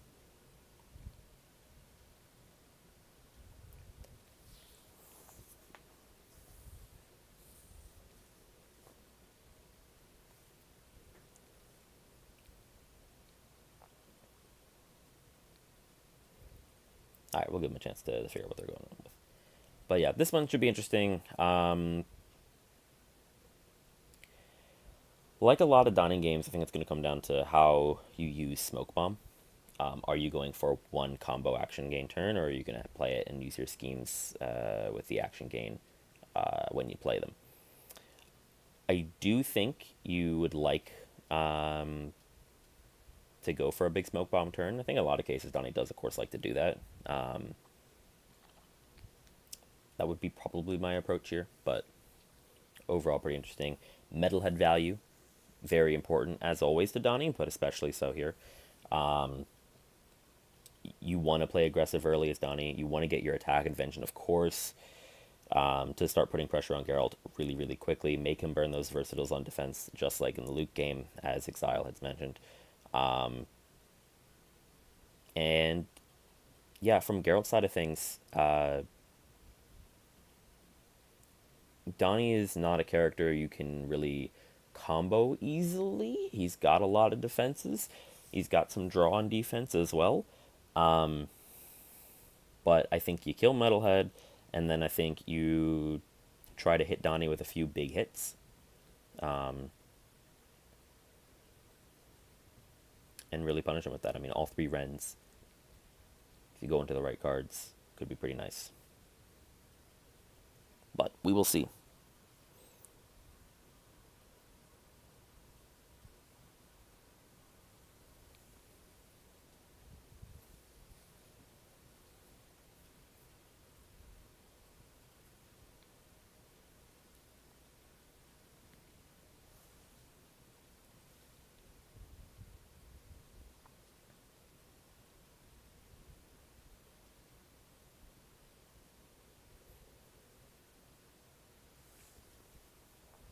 two banger games, honestly.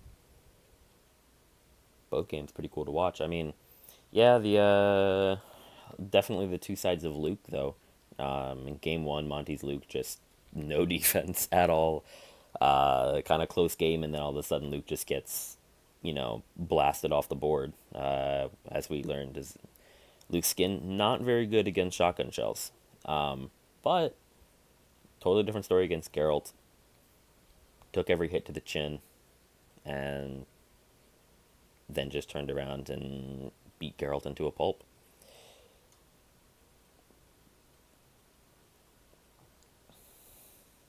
This should be a fun one too as well. No more Luke shenanigans. Donnie, one of the most consistent characters in the game. Funnily enough, not as consistent as one might think, at least in my opinion. For a character who has the ability to basically set his deck order, he still is pretty dependent on drawing his attack invention and just his inventions in general when drawing those early, and they are one-offs, so in general, yes, he's pretty consistent, but not as consistent as I think might be assumed. We do see Soho and Bronze bans here, as it looks like Geralt chose map, Monte banning those two. And Origin saying Donnie has to send this right, and Exile saying yes to both of you. Yeah, this is a Donnie send game. To be fair, when is it not full send Friday?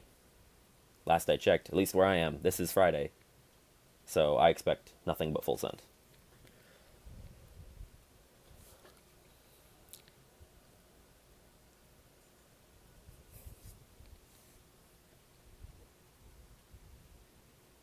Although the lack of regroup might hurt that objective. All right, and yeah, I mean these bans here for Monty and for Donnie here make sense. You don't want to play on a large map; you want to play on a small map.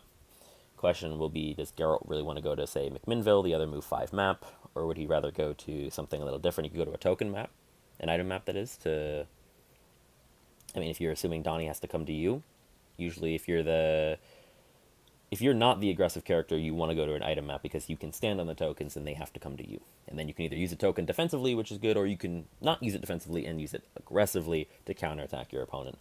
And you get more of the tokens. You have more control over that if you don't have the initiative. Yeah, I mean, those are the first options come to mind, McMinnville and maybe a token map. Other than that, I don't think you really want to go to a small map. I don't think you want to go to a move 3.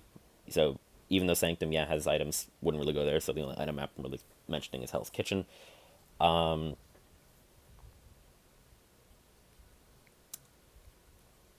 not a ton else to me that makes a ton of sense in this one. Point Pleasant is interesting. That is a pretty small map. It's one of the smaller maps in the game, often deceiving, by the way. And I fully admit to believing this myself for a while. It's from the Tales to Amaze set. It's a big board. If you have the set in person, you can tell it's a big physical board. But this is a small map. This is almost move 3. It's move 4, barely, because of this sort of, like, what is it, maroon space over here from the center. But it's pretty close to move 3. And so, often a deceiving map. And if you don't math it out, it looks kind of big, right? If you just look at it visually, you're like, oh, okay, it's a big map. But no, it is not. And yeah, Aruten saying, yeah, Donnie is happy. It's a small map, and you're going first. And the across is kind of large, but not larger than normal. The first and second just aren't super, super close together, like Technodrome or something.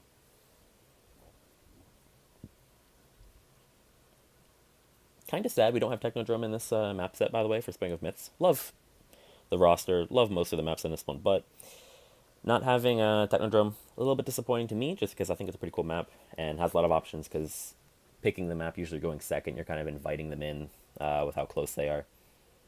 Geralt going with the standard gear yet again makes total sense. Maybe there's an argument for the Sword of Silver, just because you want to make Donnie have to think about defending with the fives. But I really don't see it personally. I think you always go standard gear here.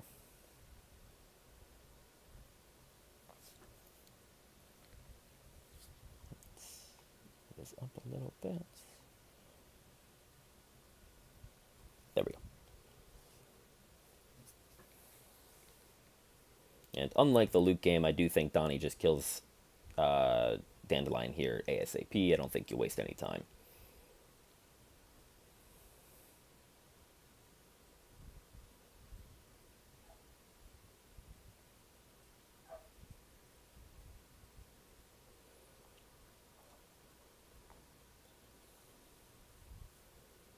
All right. And Donnie maneuvering first action. Like every good game. Exile also agreeing with the map choice, saying basically full advantage. Yeah, no, I think Donnie's totally happy with this map.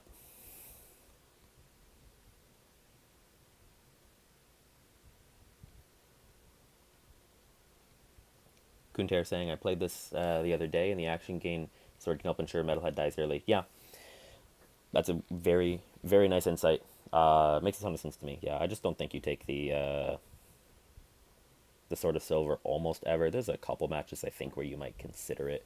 Bigfoot's kind of interesting to consider it, right? But Leshen as well. I definitely like that one in the Leshen match. But you can also just take the action gain into Leshen as well. It's still good. It's just kind of nice if you have the ignore. And yeah, Donnie double maneuvering to center. Dude, Donnie's so fun, man. Donnie. I love this turtle. What other character can you double maneuver on your first turn, draw 4 cards, and get to choose 2 cards to put on the bottom of your deck that you're going to get in the middle? Oh, good point. Thank you, Exile, for that.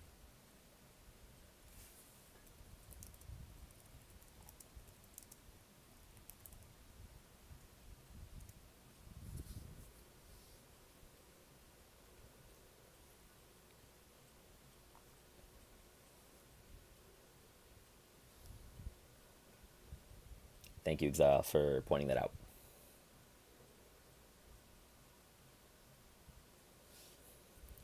Alright, Witcher senses a sword.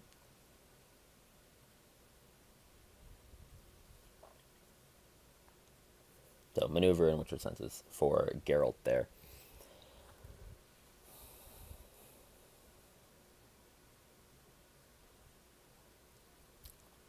Could be a party wagon here.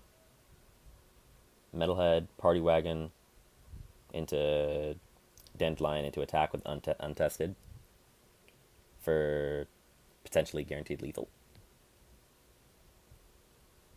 No, we'll see a maneuver instead.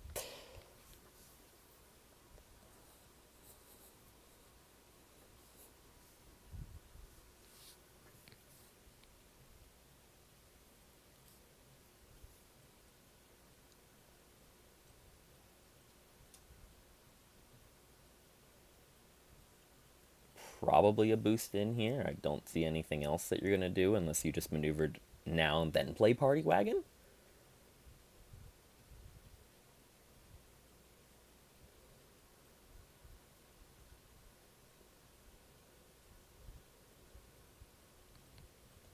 But that would feel a little bit weird to me.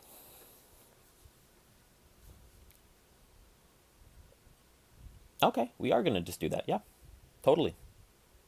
Sure, why not? Geralt takes 2 damage. And Donnie Metalhead sort of welcoming in Geralt, say, you know, come waving the red flag, saying, come on in. Let's fight. Come hang out with us. We're just chilling over here in Point Pleasant. Nothing to see here. Just a turtle and his machine. That's what Donnie does, by the way. Donnie does machines. Alright, I'll stop with the Horrible turtle puns.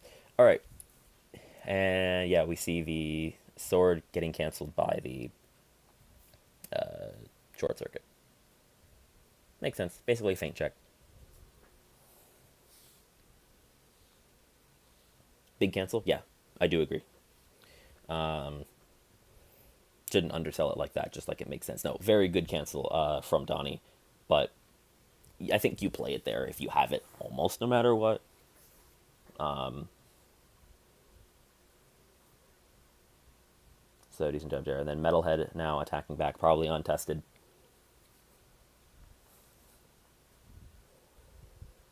It is just a 3 that you can boost, or that's, well, not really blind boosted there, but I see defensive duelist here.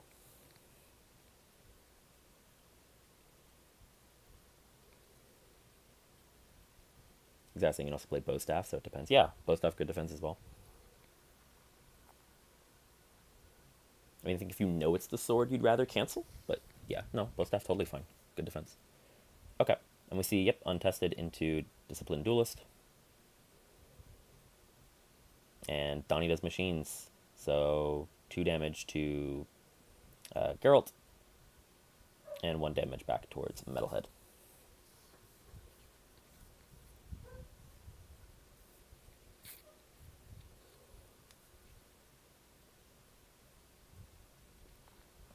Exhausting, this most interesting boost I've seen. It is pretty interesting. It kind of tells me that I think, yeah, Monte's trying to get the schemes out there. Playing Party Wagon, boosting with the Donatello's machines, and now playing a Metalhead scheme. I don't think trying to get those schemes out there to get a smoke bomb going.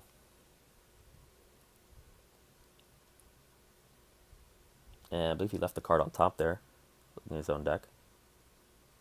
But I didn't see. And you'll play another scheme. Oh boy. Here comes Donnie.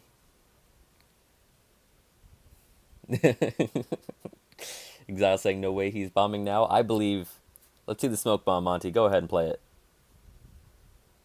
You know you want to play smoke bomb. There we go. There's a smoke bomb. Smoke bomb on turn 2.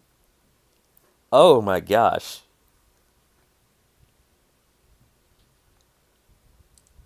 And we see Donatello does machines to return a cancel.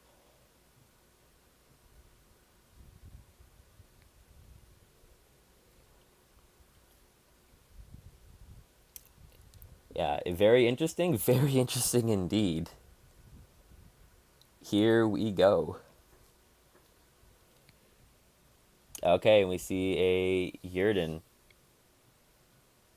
And offensive cancel to prevent the movement. Although, Metalhead cannot move.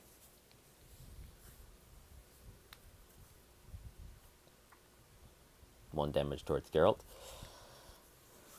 I think Donnie does not have the red attack convention, otherwise you would have played that by now. Metalhead will attack again. I guess to prevent the other Yurden. Alright, untested enhancements. And it's the self-defense grid, so that is a 6-4 damage to Geralt, who's able to get away.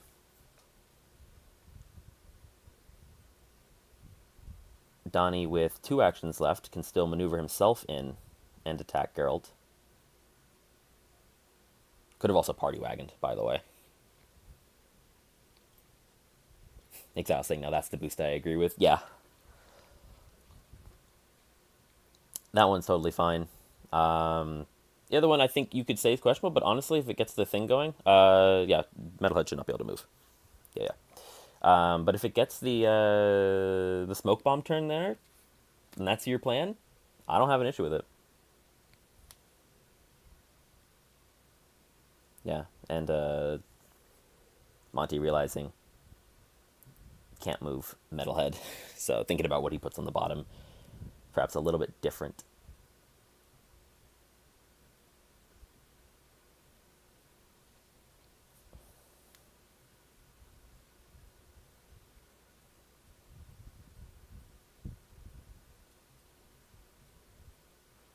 And we'll attack in a damn your ugly defense.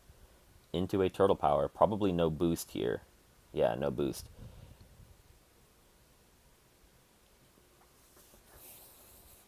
So, all in all, I mean, Geralt took some damage, but had a defense every time. And still had a damn you're ugly at the end of that.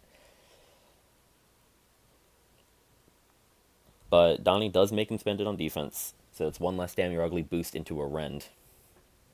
And yeah, Geralt's getting the heck out of there.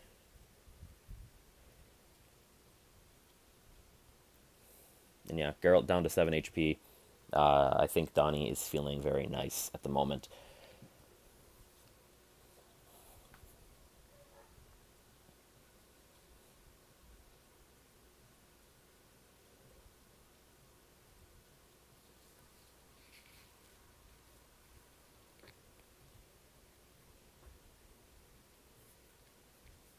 I mean, between thinking ahead and the last party wagon, does plenty of damage to kill. Has another turtle power as well. 2 more untesteds.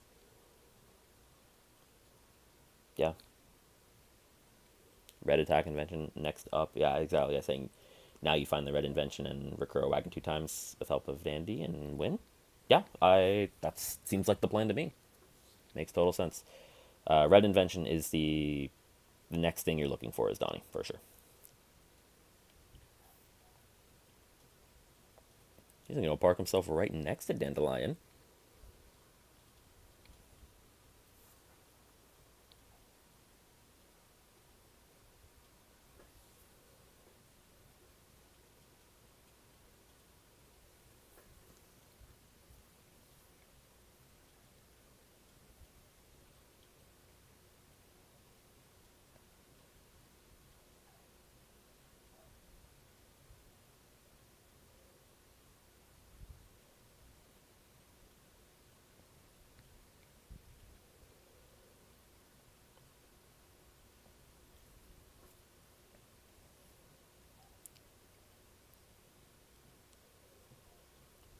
See what Geralt can do, thinking about how he wants to position. Pretty scary. I mean, if it's any consolation, there's no more smoke bomb. It's been played. Smoke bomb turn's not coming again. Um, and the metal head cards are gone as well, so no, gain 2 actions, so no, like, Master of the Hunt plus. But still potential for party wagon into a double attack turn, which is always scary.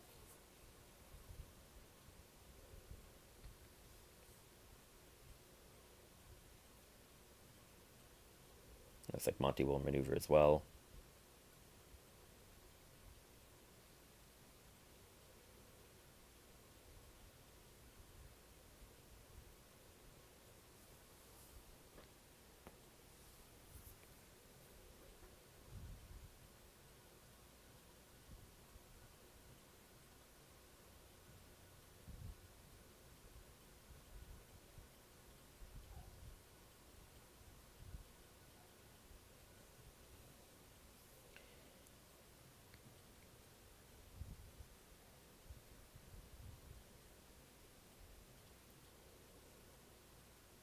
Alright, and we have Metalhead attacking Geralt.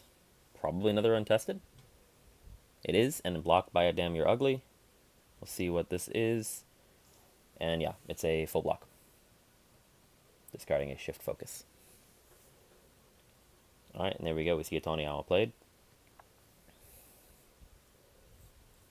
Exile Sling, I remember someone from Russian community saying that every Donnie game is basically the same. Well, this one has not been. I think a normal Donnie game, maybe you could say it's similar, but I think Smoke Bomb on turn 2 is worthy of calling this new territory. No, I personally do not agree with that. I think Donnie games play a bit different. I mean, there's obviously going to be similar themes, especially with like most characters have that, but in general, no, I think he gets pretty creative games. There's an Igni into a Quick Strike,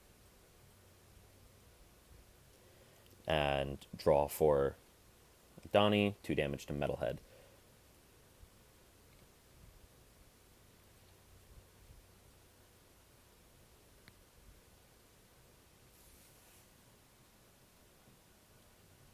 Oh, thank you for letting me know, Exile. I just saw saying he played Blizzard. That is not Tawny Owl. That is Blizzard. Geralt took Blizzard. I should have paid more attention to what gear he took. He did take Sword of Steel. Not crazy there. But he took Blizzard. Interesting. We have Turtle Power into Rend. And so Geralt decides if he boosts first, and then Donnie decides if he's going to boost.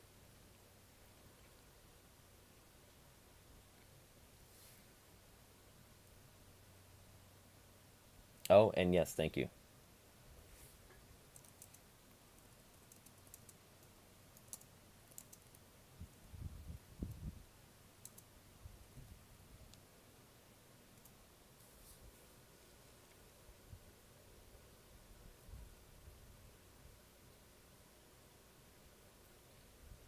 Thank you, Exile, for the 1 damage for Igni. We see another Ren defense into a Thinking Ahead. Full send Friday here. Yes, full send. Let's go. Geralt down to 1 card in hand because that was Blizzard, not Tawny Owl. I see the vision. You don't want your opponent gaining actions. Into Donnie, that's pretty nice, but he didn't get it soon enough because the smoke bomb turn came. So a gamble that so far I don't think has panned out. Now, also, in order to keep this, you got to attack, and at 2 cards, you really don't want to. But also, where are you going to run? Metalhead and Donnie sort of block out everything.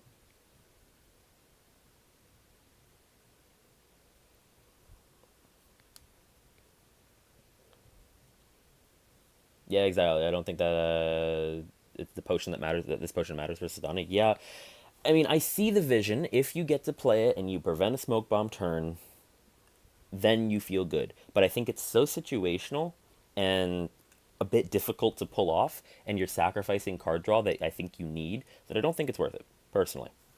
But it's an interesting approach, and I like seeing new approaches. And so we will see Geralt attacking to try to keep it here. Not sure that it matters anymore, though, because the only thing you're stopping is action gain on the party wagon. Yeah, we'll see a Dandelion attack with a plot twist, cancelled. Not sure by who, but it doesn't matter either way if you attacked Donnie or Metalhead.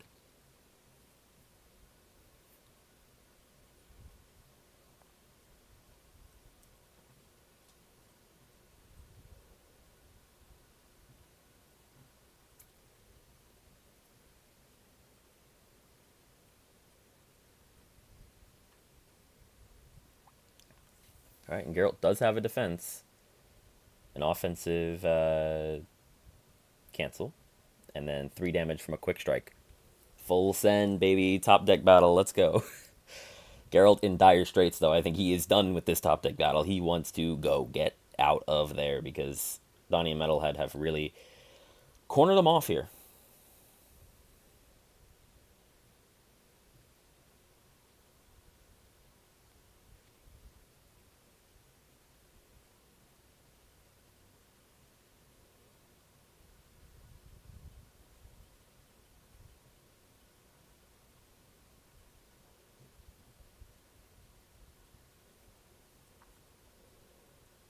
And there's a chance Geralt didn't draw defense. He probably did, though. Either way, if you're Donnie, definitely considering, if nothing else, going in and attacking. Kunter asking, did Dandelion take damage from the Igni? Yes. Exile caught that. He did take the damage. He's down to 4 HP. And a Damn Your Ugly defense into a Shift Focus attack. Ah, yes, and Blizzard is gone. That's the 3rd Damn Your Ugly used on defense. Full send Donnie here. Making life tough and just pushing Geralt back behind him.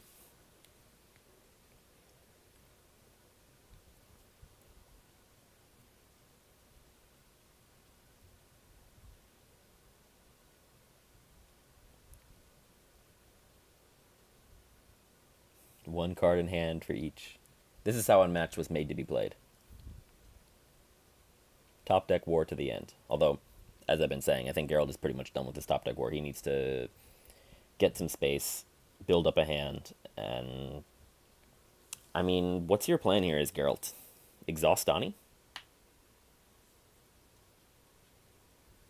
I don't think you're going to survive to exhaustion. 2 party wagons kills you. And he can easily get that off because he has a guaranteed recursion into Dandelion.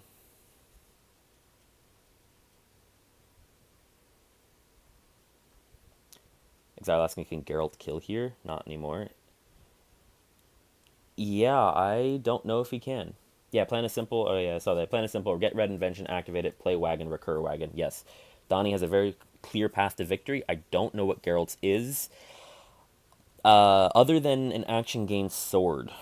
Action gain sword into rend boosted with a 3. Let's say that's 6 damage. Let's say the action gain sword deals like 1 damage. Could be 7. And then disciplined duelists for 4 more damage. I don't know. I mean, if it's a bunch of takes, maybe.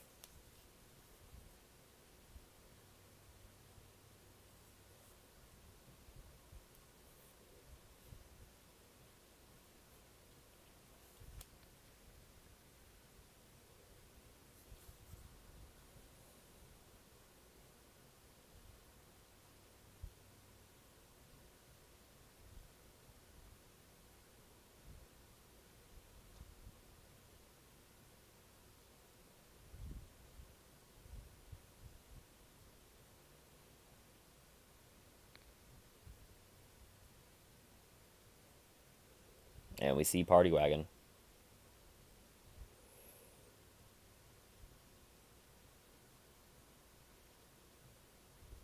And Donnie attacking. And 1 damage into a Yurden with a quick strike.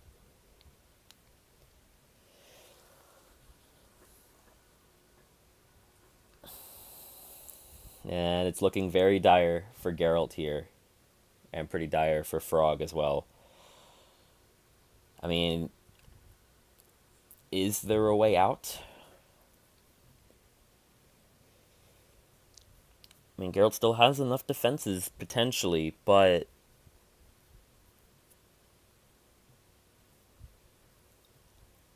it's going to be difficult.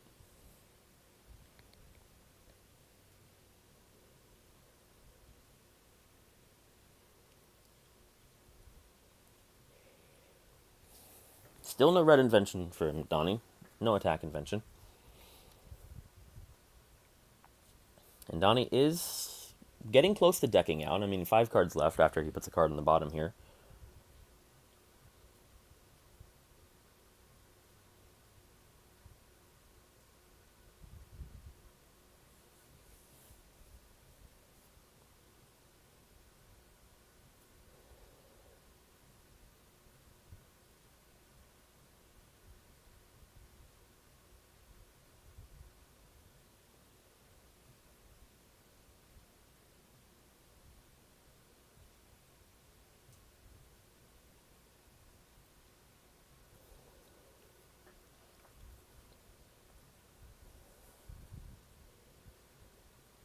Yeah, if you're Donnie, I mean, you have to have... You guaranteed have seen the red invention here. You don't have to have it. You could have put it on the bottom at one point. But I would think you have red invention, the attack invention here, the electric grenade, to use its actual card name. You could just maneuver in here, attack Dandelion with it. You don't have to kill Dandelion, so you can guarantee that you can attack him later with a thinking ahead. That, to me, seems to be the move, because you want the thinking ahead to return party wagon to guarantee lethal. And Donnie think about what he puts at the bottom.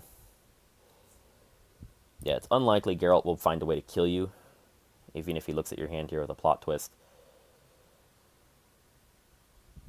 Okay, defends with a annoying tune to push Donnie away. It is a thinking ahead, not red invention, though, so nothing there. Now is actually interesting, because if you do attack with red invention into Dandelion, he can get rid of thinking ahead if you have it in hand.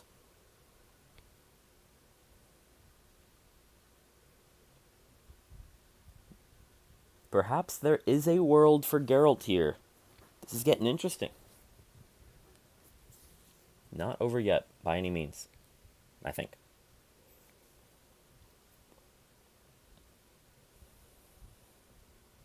I mean, Donnie doesn't have any turtle powers left, doesn't have any untested enhancements,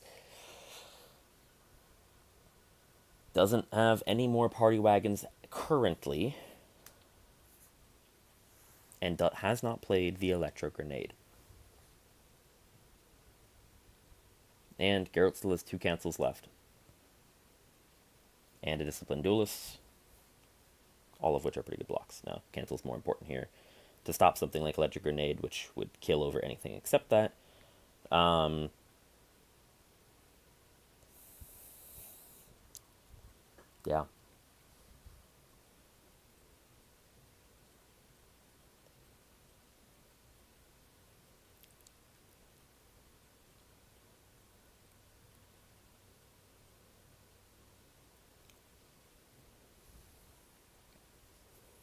I'm not sure why Monte isn't playing the electric grenade, other than the reason being that he didn't have it because he put it on the bottom and he's still waiting to get back to it. But with so little cards in deck, he has to have it.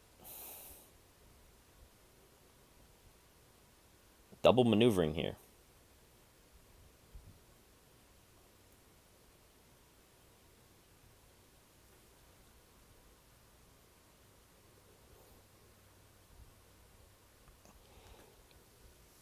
No cancel, so if Geralt does have, if Dandelion has plot twist, you can attack with that to look at Donnie's hand and rip out either the red attack invention or thinking ahead.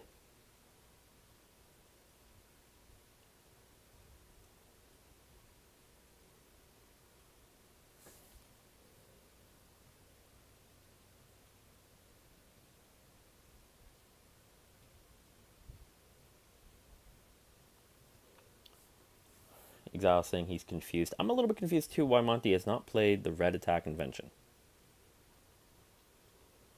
Definitely a question I have for him after this game, regardless of the result here. To wonder where that red invention is and what his thinking is, why he's not playing it, what his plan in this situation is. Perhaps it will be revealed to us here, regardless. But right now, if I'm Donnie, I am terrified of a plot twist. That is the card that scares me the most.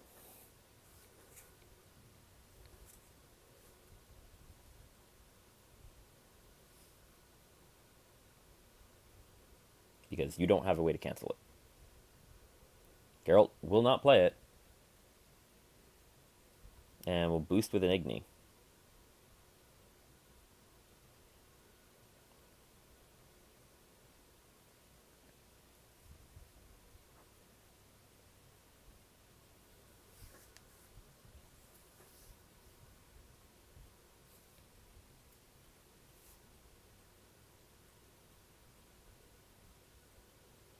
Yeah, as Donnie here, I think you put Thinking Head on the bottom so that it can't be ripped out. You attack Dandelion with the red attack invention, with the electric grenade. Dandelion, even if he takes, lives. Okay. And you attack with Thinking Ahead. So Donnie will get back whatever he likes. So he had the electric grenade in hand. He has it in hand. But Thinking Ahead does win combat here.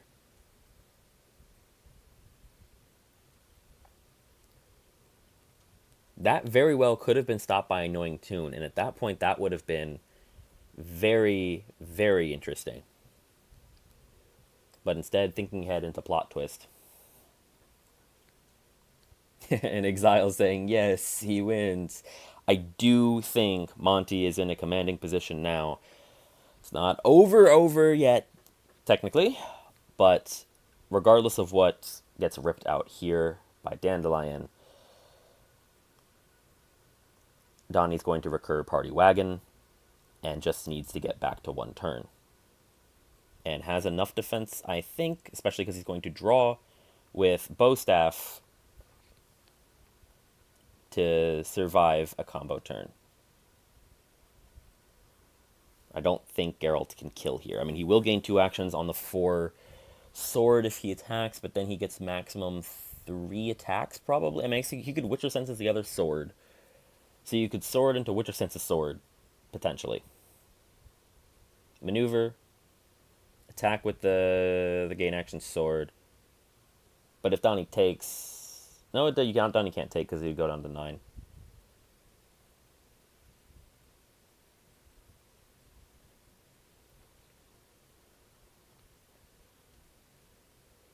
Oh, Exile, very good point. Geralt can't attack because of Bowstaff. Although, if you rip the Bowstaff out, yeah, okay, yeah. If you rip the Bowstaff out, then you can attack with the sword. So I think you rip the Bowstaff out, but then also Shift Focus is going to push you away, and it's going to mean 1 less attack for Geralt.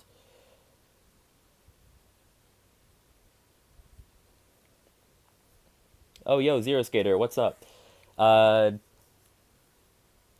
discard, I think, could matter. Geralt will have a turn here. The wagon will go onto the deck, but Geralt will have a turn. So technically speaking, I think if he can find a combo solution to kill Donnie here, then it matters. So you get rid of Bowstaff so Geralt can attack.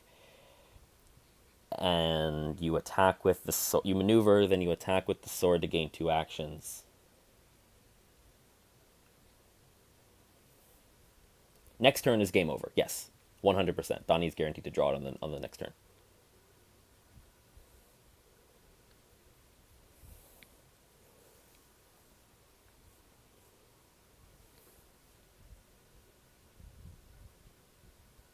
He's gonna return Bowstaff?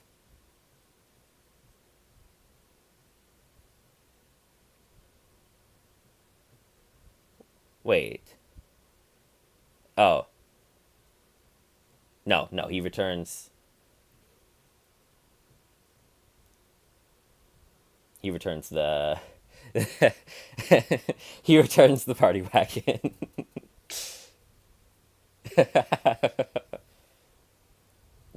Yes, Zero. One of the party wagons is removed from the game. Yes, sorry. A little bit out of frame here. These cards over here are removed from the game currently, from an early smoke bomb turn.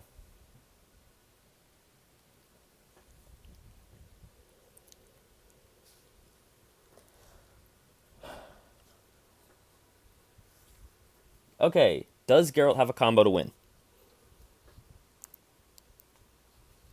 Donnie has what? A 5, a bow staff, but he can't draw anything. He's got a 5 and a shift focus.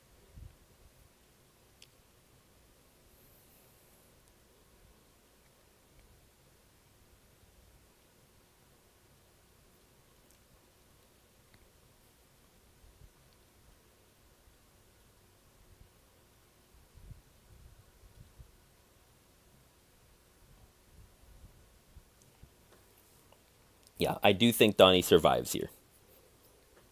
Because of shift focus, I think he survives. Because he's able to move.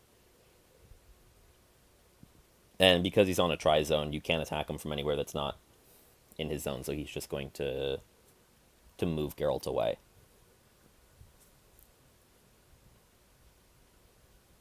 I suppose Dandelion, if he has Annoying Tune, could be interesting here.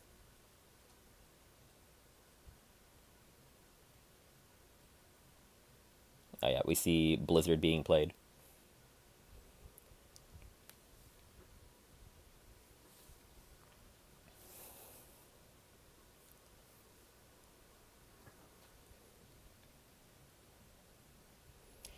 Geralt attacks here. This should be the sword. I suppose you could throw something else. Okay, he'll throw something else. He'll throw a riposte into a 5 block. And yeah, no action gain. So it's now Monte's turn. You don't get it yet. You have to maneuver twice. But now you'll have a bow staff in hand, and there's nothing Geralt can do. You still have the 1 bow staff left, so Geralt can't attack you. And yeah, you just center Donnie. maneuver again, draw only one, finally not using the ability. Pass the turnover, and I don't think there's anything Geralt can do. Monte should take this game. Donnie should take this game.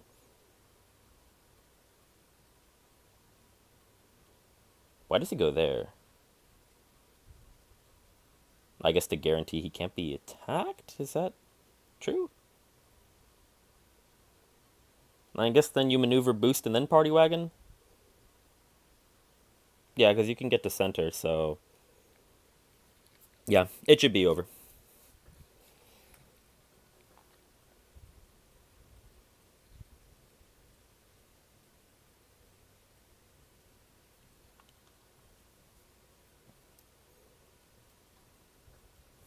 Should be some exciting uh, commentary from the players after this one. If you guys have any questions you'd like me to ask either Monty or Frog, please put them in the chat. I will ask them then. Once this game is over, we'll pop over there and see what they're thinking. Does Dandelion here block off the way?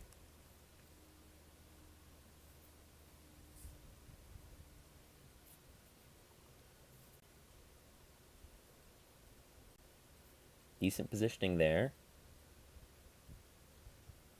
Yeah, I don't think Donnie can get there. Yeah.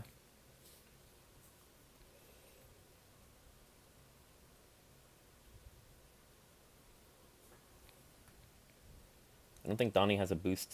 He does have a boost 3.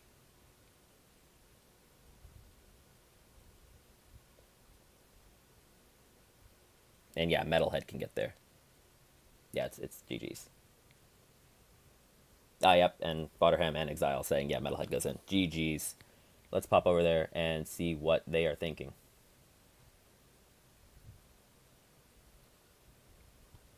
All my gears and the wheelchair sense. I couldn't play the game. It was Mhm. really unfortunate. The draw didn't was on my side this time. Yeah, you still played well. I think you were trying to survive. That was nice. So GG, well played either way. What Yeah, did you think thanks. of that? What did you think of that turn? It all came so well with the combo. Yeah, it came really good. I believe that Donny has to play a really good combo turn in order to kill Geralt because of his unsustainability of drawing cards. And Mhm. you got me really good there. And after that, I just couldn't draw my gears or anything usual to be usual, anything useful to be fair. Mhm. I see. My when I mulliganed my hand, I didn't have any inventions, so I mulliganed for them, but didn't draw any inventions either. But my hand after mulligan had three schemes. I think it had these three, and then I Yeah, and drew. you also drew those two. Yeah, drew Insane, those. insane. Uh, Drew that with a maneuver, and I think I bottomed thinking ahead because I don't need it early. But then when I drew this and I played it, this was the top card I saw, so I drew that one too. Then it was just the perfect time to go for it. Yeah. Seems fair. It was a good tempo for you. A really Yeah, big turn. I am curious. The turn when you positioned and didn't want me to reach, and that the turn thinking ahead happened. Did you have the last annoying tune with Uh, when you saw that you no, had no, no. one? I didn't have it in hand. Yeah, at that point I had to just shift towards thinking ahead, triggering for a party wagon because we like to party, right? Yeah, and I was hoping you didn't play part thinking ahead there, because that would be the end of me for sure. Yeah, because at that point, and I also drew my electro grenade very, very late, very late, Yeah, like probably the latest I could. But at that point, it didn't even matter because you have a lot of four value defenses and still cancel them, so I can't kill you even if that's active. So my only out is thinking ahead, party wagon. But yeah, those are nice games. Kudos for playing Geralt, by the way. He's one of my favorite fighters. It was awesome to see. It was definitely scary at times. Thanks a And lot. It was really fun games too. I had a fun time here, and it's also a good thing to play with a friend and to also have some chill games. somewhat games. Some chill games. Ah, yes, yes, definitely. Chill and aggressive at the same time, right? Yeah, always. Hence the name. Hence the names, yes. Awesome. Zeeks, if you're here, if you want to ask anything, we're here. Chat. Hope you guys enjoyed the matches. Thank you for tuning in. Yeah. First of all, both of you guys played excellently, put on quite a show. Loved all the games. Both of you guys played very well. Congrats, Monty, for taking the win, and commiserations to Frog. But wow, this last game was epic. Chat was loving it. Had a lot of people on this one. Yeah, very interesting. We were wondering. You kind of answered a couple of the questions I was going to ask. We were wondering about like the attack invention, the entire game, waiting for it. Exile Yeah. even mentioned Yeah. Donnie winning without ever playing it. Kind of crazy. So wild stuff there. Sounds like you were drawing it like very late. I guess you bottomed it at one point, and it just ended up being pretty late there. I didn't bottom electro Yeah. grenade. I didn't bottom electro grenade ever, even though like sometimes you have to take into consideration that if you don't have a circuit to cancel after combat or plot twist, maybe you need to bottom Mm-hmm. it. But I never drew electro grenade, and exactly when I drew defense grid, I bottomed it because I was setting up that turn with the combo. Mm-hmm. So, but yeah, it's definitely interesting to see a Donnie game without two of like his main inventions, the electro grenade and self-defense. But yeah, like at that point, it was just the game plan was set when he came in and I had a combo. I knew I wasn't going to get attack much, so that was set up to be damage onto Geralt. Yeah. The that was the side note. Yeah, the insane smoke bomb turn at turn two. That Yeah, yeah, surprised yeah. all of us. Exile was wondering, why you ended up like boosting with the Danto's machines in the chat there, and then I was like, I see two. You played the party wagon. I was surprised by that. You played that, and I was like, what if we see a smoke bomb? And then you play a Metalhead game. I'm like, what if we see a smoke bomb? You play the other one. Does Yeah. he have it? And Yeah, you play it, and then Geralt actually with enough defenses to defend everything, but taking damage down to 7 HP. Obviously tough there, but uh, yeah, I had not seen a Donnie game like that before. So yeah. I hope this is a record because I don't think turn one can happen, but turn two was definitely nice. Yeah, Yeah, yeah, when yeah. you You when had you the God see. hand. Yeah, it was literally a golden hand of yellows. Like, um, I know it's weird to put this at the bottom, but at that time, I had only boost ones and twos in hand, and I knew I wanted to set up a good smoke bomb turn early because of this card. yeah, So when my starting hand with this meant like I had to go for it from the start and find it. Of course, this happens. This I know I have, but when I'm setting up the trap for him to coming and this will discard this, that means, and at that point when I'm attacking, I also have this in hand. So at this point, I'm thinking, and also this in hand, I think. At this point, I'm thinking uh, these two are guaranteed in the discard pile. These will go there and gain me an action, and I'm content with playing a three-turn smoke bomb to steal pressure. But yeah. of course, I got lucky and these got drawn, so all this part was planned, And then he but lucked this into the one was last one. just like the cherry on top. Yeah, Yeah, and you drew the other. Oh, that's yeah, that was epic. it. Also, yeah, Frog, we were. I didn't notice at first that you had taken Blizzard. I had thought you had taken Tawny Owl. I just kind of assumed you took all the normal stuff. But interesting decision there. I hadn't seen that. I hadn't thought about it. Obviously, in this case, kind of tough because Smoke Bomb came so early. But I think there's definitely a vision there preventing the action gain potentially. Some mixed opinions in the chat on whether or not it's the move here, but I hadn't seen it before, so I like seeing that. What was the thinking, just to stop Smoke Bomb, or was there anything else to it? Yeah, try to stop the combo turn.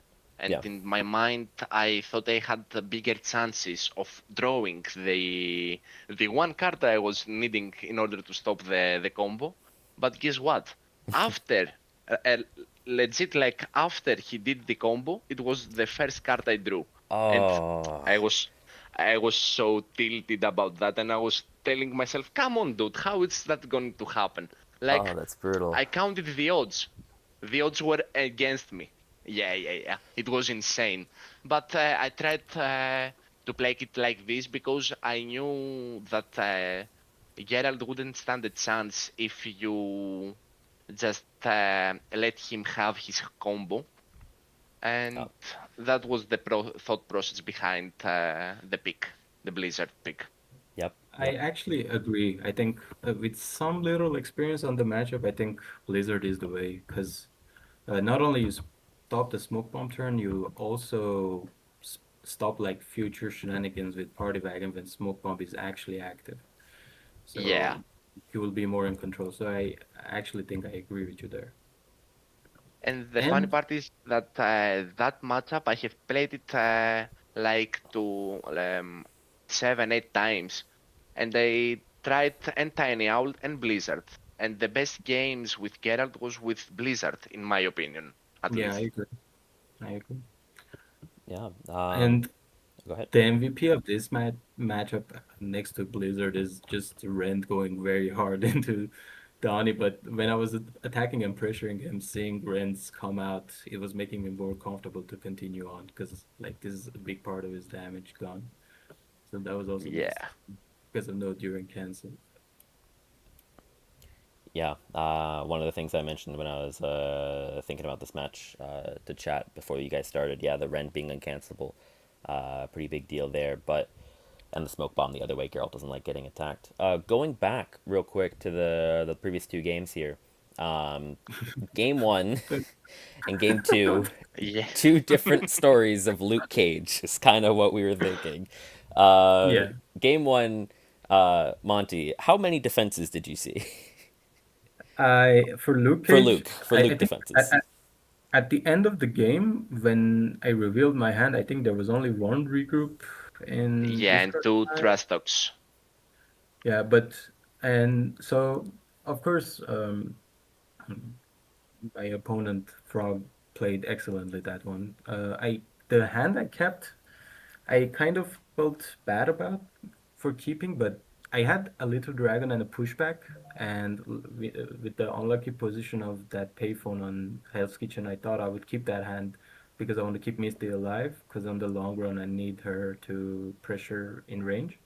So I thought I would like be under pressure, use those defenses, painful back a defense for Misty, but afterwards, of course, I wasn't drawing anything and kind of being greedy and trying to, Hell's Kitchen gives you that sensation, right? You become greedy and wanting to control all the items. So I positioned at the center in one maneuver away from the healing, but of course that gave Frog the opportunity to go and attack with the +2.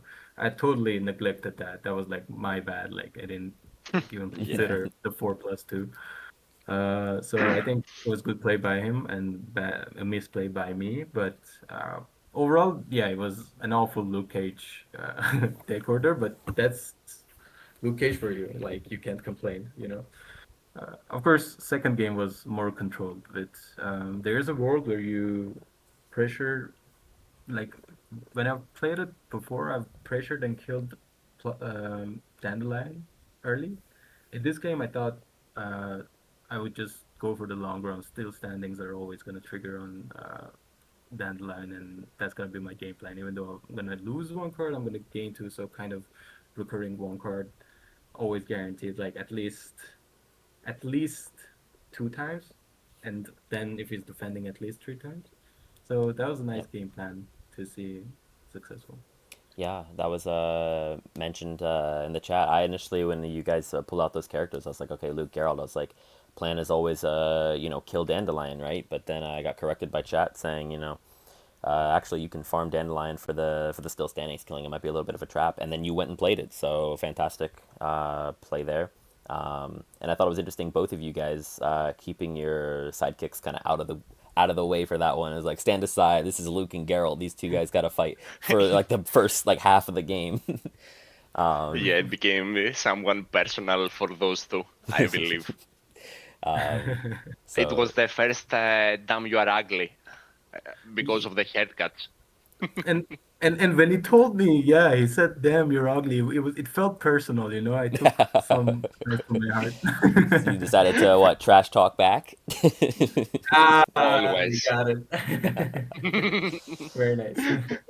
No, epic stuff, guys. Thank you so much for letting me stream the games. Yeah, very very fun one.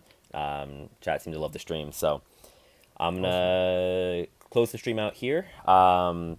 But thank you guys so much for watching. Thank you guys for playing the games, and I will see all of you guys later.